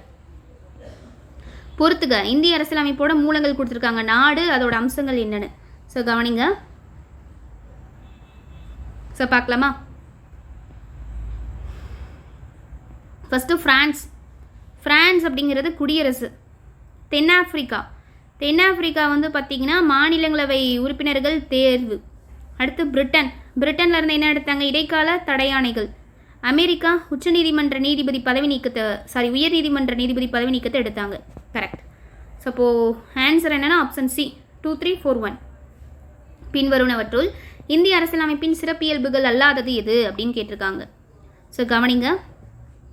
நீளமான எழுதப்பட்ட அரசியலமைப்பு, ஒற்றை குடியுரிமை, பகுதி கூட்டாட்சி அரசியல், இது எல்லாமே இருக்குது. ஸோ அப்போ இதில் எல்லாமே அல்லாததா எதுவுமே இல்லை, எல்லாமே இருக்குது. ஸோ ஆன்சர் ஆப்ஷன் டி, இவற்றில் எதுவும் இல்லை. அடுத்து சரியான கூற்றை தேர்ந்தெடு அப்படின்னு சொல்லி கேட்டிருக்காங்க.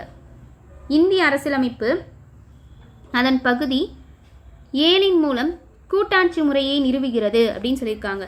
இது தவறு. ஓகேவா? ஏன்னா கூட்டாட்சி முறையை நிறுவுகிறது. ஸோ மத்திய மாநில அரசுகளுக்கு இடையிலான இது அப்படின்னாலே அதுக்கான பகுதி வந்து பார்த்திங்கன்னா 10. ஓகே. ஸோ அதனால் இது வந்து தவறு. அடுத்து இந்திய அரசியலமைப்பின் 7வது அட்டவணை மூலம் மத்திய மாநிலங்களுக்கு இடையிலான அதிகார பகிர்வு நிறுவப்பட்டுள்ளதுன்னு சொல்லியிருக்காங்க. Correct. So answer is option B 2 மட்டும். சரியான கூற்றை தேர்ந்தெடு. என்ன சொல்லியிருக்காங்க பாருங்கள். 1948ஆம் ஆண்டு அரசியல் நிர்ணய சபையில் மொழிவாரி மாகாண ஆணையம் நீதிபதி எஸ்கே தார் தலைமையில் அமைக்கப்பட்டது. கரெக்ட். மொழிவாரி மாநிலங்கள் பிரிக்கப்படுவதற்கு இந்த ஆணையம் ஆதரவு அளித்தது அப்படின்னு சொல்லியிருக்காங்க. ஸோ இது வந்து தவறு. இவங்க வந்து பார்த்திங்க அப்படின்னா ஆதரவுலாம் கொடுக்கல. இவங்க வந்து என்ன சொன்னாங்க அப்படின்னா இந்த கமிஷன் என்ன சொன்னிச்சுன்னா தன்னோட அறிக்கையில் மாநிலங்களோட மறுசீரமைப்பு மொழி அடிப்படையில் இல்லாமல் நிர்வாக வசதியோட அடிப்படையில் இருக்கணும் அப்படிங்கிறதான் பரிந்துரைச்சது. ஓகே. ஸோ அதனால் சரிங்கிறது ஆப்ஷன் ஏ 1 மட்டும்தான். அடுத்து குடியரசுத் தலைவர் தனது அலுவலகத்தில் நுழைந்த தேதி முதல் 5 வருட காலத்திற்கு பதவி வகிப்பார் என்று எந்த சரத்து கூறுதுன்னு கேட்டிருக்காங்க. ஆன்சர் ஆப்ஷன் சி சரத்து 56. இது முதைய பார்த்துட்டோம். அரசியல் நிர்ணய சபையின் செயல்பாடுகள் பற்றி பின்வரும் இணைகளை கவனிக்க. இதில் ஜனவரி 24ங்கிறது இந்தியாவோட முதல் ஜனாதிபதியாக டாக்டர் ராஜேந்திர பிரசாத் தேர்ந்தெடுக்கப்பட்டார். ஓகே. ஜூலை 22 இது வந்து பார்த்திங்கன்னா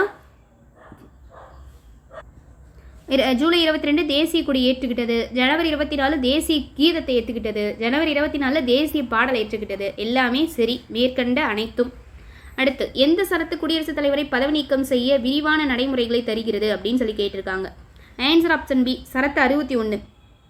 சரத்து 61 வந்து ஜனாதிபதியோட பதவி நீக்கம் பற்றி சொல்லுது. அதே மாதிரி இதில் பதவி நீக்கிறதுக்கு அவையோட 4 ஒரு பங்கு உறுப்பினர்கள் வந்து சைன் போட்டிருக்கணும். அதை ஜனாதிபதிக்கு வந்து பார்த்திங்கன்னா 14 நாட்களுக்கு முன்னாடியே முன்னறிவிப்பு கொடுத்துருக்கணும் குடியரசுத் தலைவருக்கு. அதே மாதிரி அவையோட மொத்த உறுப்பினர்களோட எண்ணிக்கையில் 2/3 பங்கு பெரும்பான்மையால் இந்த மசோதா வந்து நிறைவேற்றப்பட்டிருக்கணும்.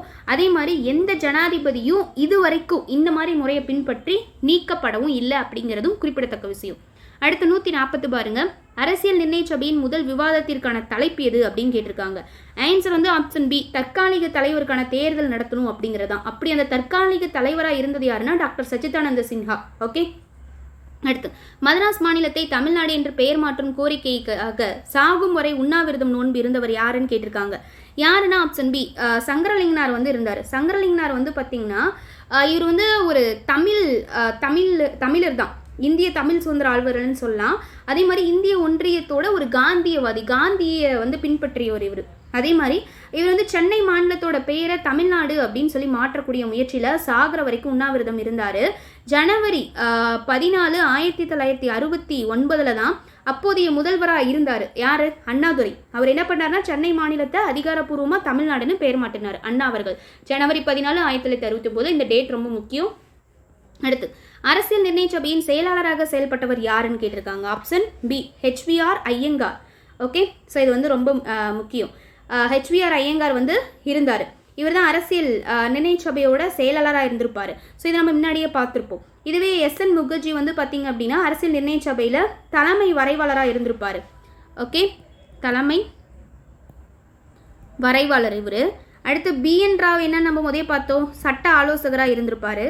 அடுத்து GV மாவளங்கர், இவர் வந்து பார்த்தீங்க அப்படின்னா அரசியலமைப்பு சபை வந்து ஒரு சட்டமன்ற குழுவாக கூடினப்போ இவர் வந்து தலைமை வகுத்தியவராக இருந்திருப்பார்.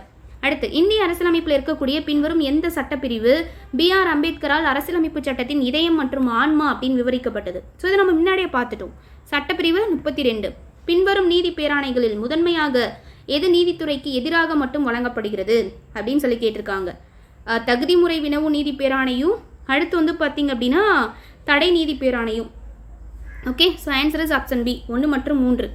இந்திய அரசியலமைப்பின் உண்மை பிரதிகள் டேஸ் மற்றும் டேஸ் மொழிகளில் எழுதப்பட்டன அப்படின்னு கேட்டிருக்காங்க. ஆப்ஷன் பி, இந்தியிலையும் ஆங்கிலத்திலையும் வந்து எழுதப்பட்டிருக்கு.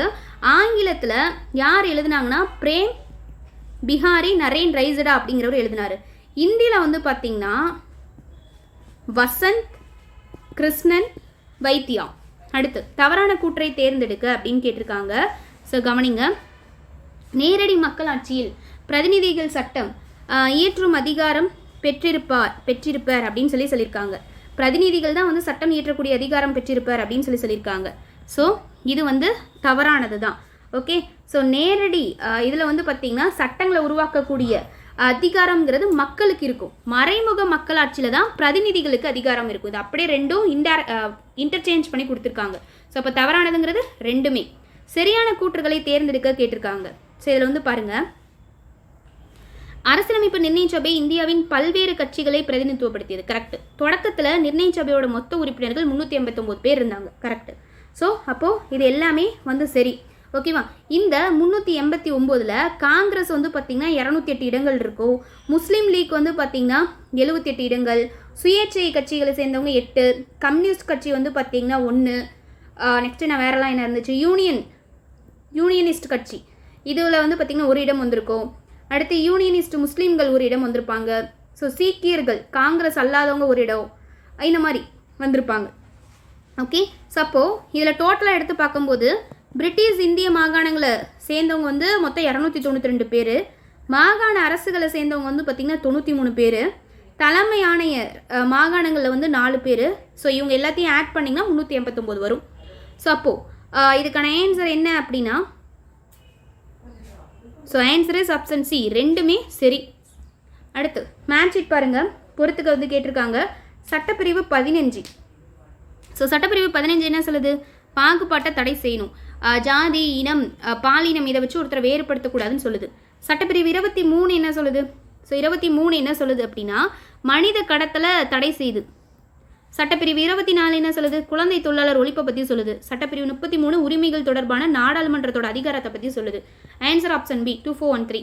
இந்திய அரசியலமைப்பு எதன் அடிப்படையில் தனிநபர்களுக்கிடையே பாகுபாடு காட்டுவதை தடை செய்து அப்படின்னா ஆன்சர் ஆப்ஷன் சி, பாலினம், ஜாதி மற்றும் மதம் மட்டும். அடுத்து ஃபைனல் கொஸ்டின் பாருங்க. மதத்தின் அடிப்படையில் பாகுபடுவதை தடை செய்தல், அதாவது இந்திய அரசியலமைப்பின் சரத்து 15 என்ற அடிப்படை உரிமையை எந்த தலைப்பின் கீழ் வகைப்படுத்தப்பட்டுள்ளது அப்படின்னா இது சமத்துவ உரிமையில் இருக்குது, ஆப்ஷன் டி. ஸோ சமத்துவ உரிமைக்கான ஆர்டிகல் 14 to 18. ஓகே கைஸ், இந்த வீடியோ கண்டிப்பாக உங்களுக்கு யூஸ்ஃபுல்லாக இருந்திருக்கும். கம்ப்ளீட்டாக இதில் பாலிட்டிக் வந்து இன்ச் பை இன்ச் எக்ஸ்ப்ளனேஷன் கொடுத்தாச்சு. ஸோ இந்த வீடியோ பிடிச்சிருந்தா லைக் பண்ணுங்கள், உங்கள் ஃப்ரெண்ட்ஸ்க்கு ஷேர் பண்ணுங்கள். நெக்ஸ்ட் ஃப்ரீ டெஸ்ட் பேட்ச்க்கு ஃப்ரீ டெஸ்ட் நம்பர் 3க்கு படிச்சுட்டு ரெடி ஆயிருங்க. Thank you very much.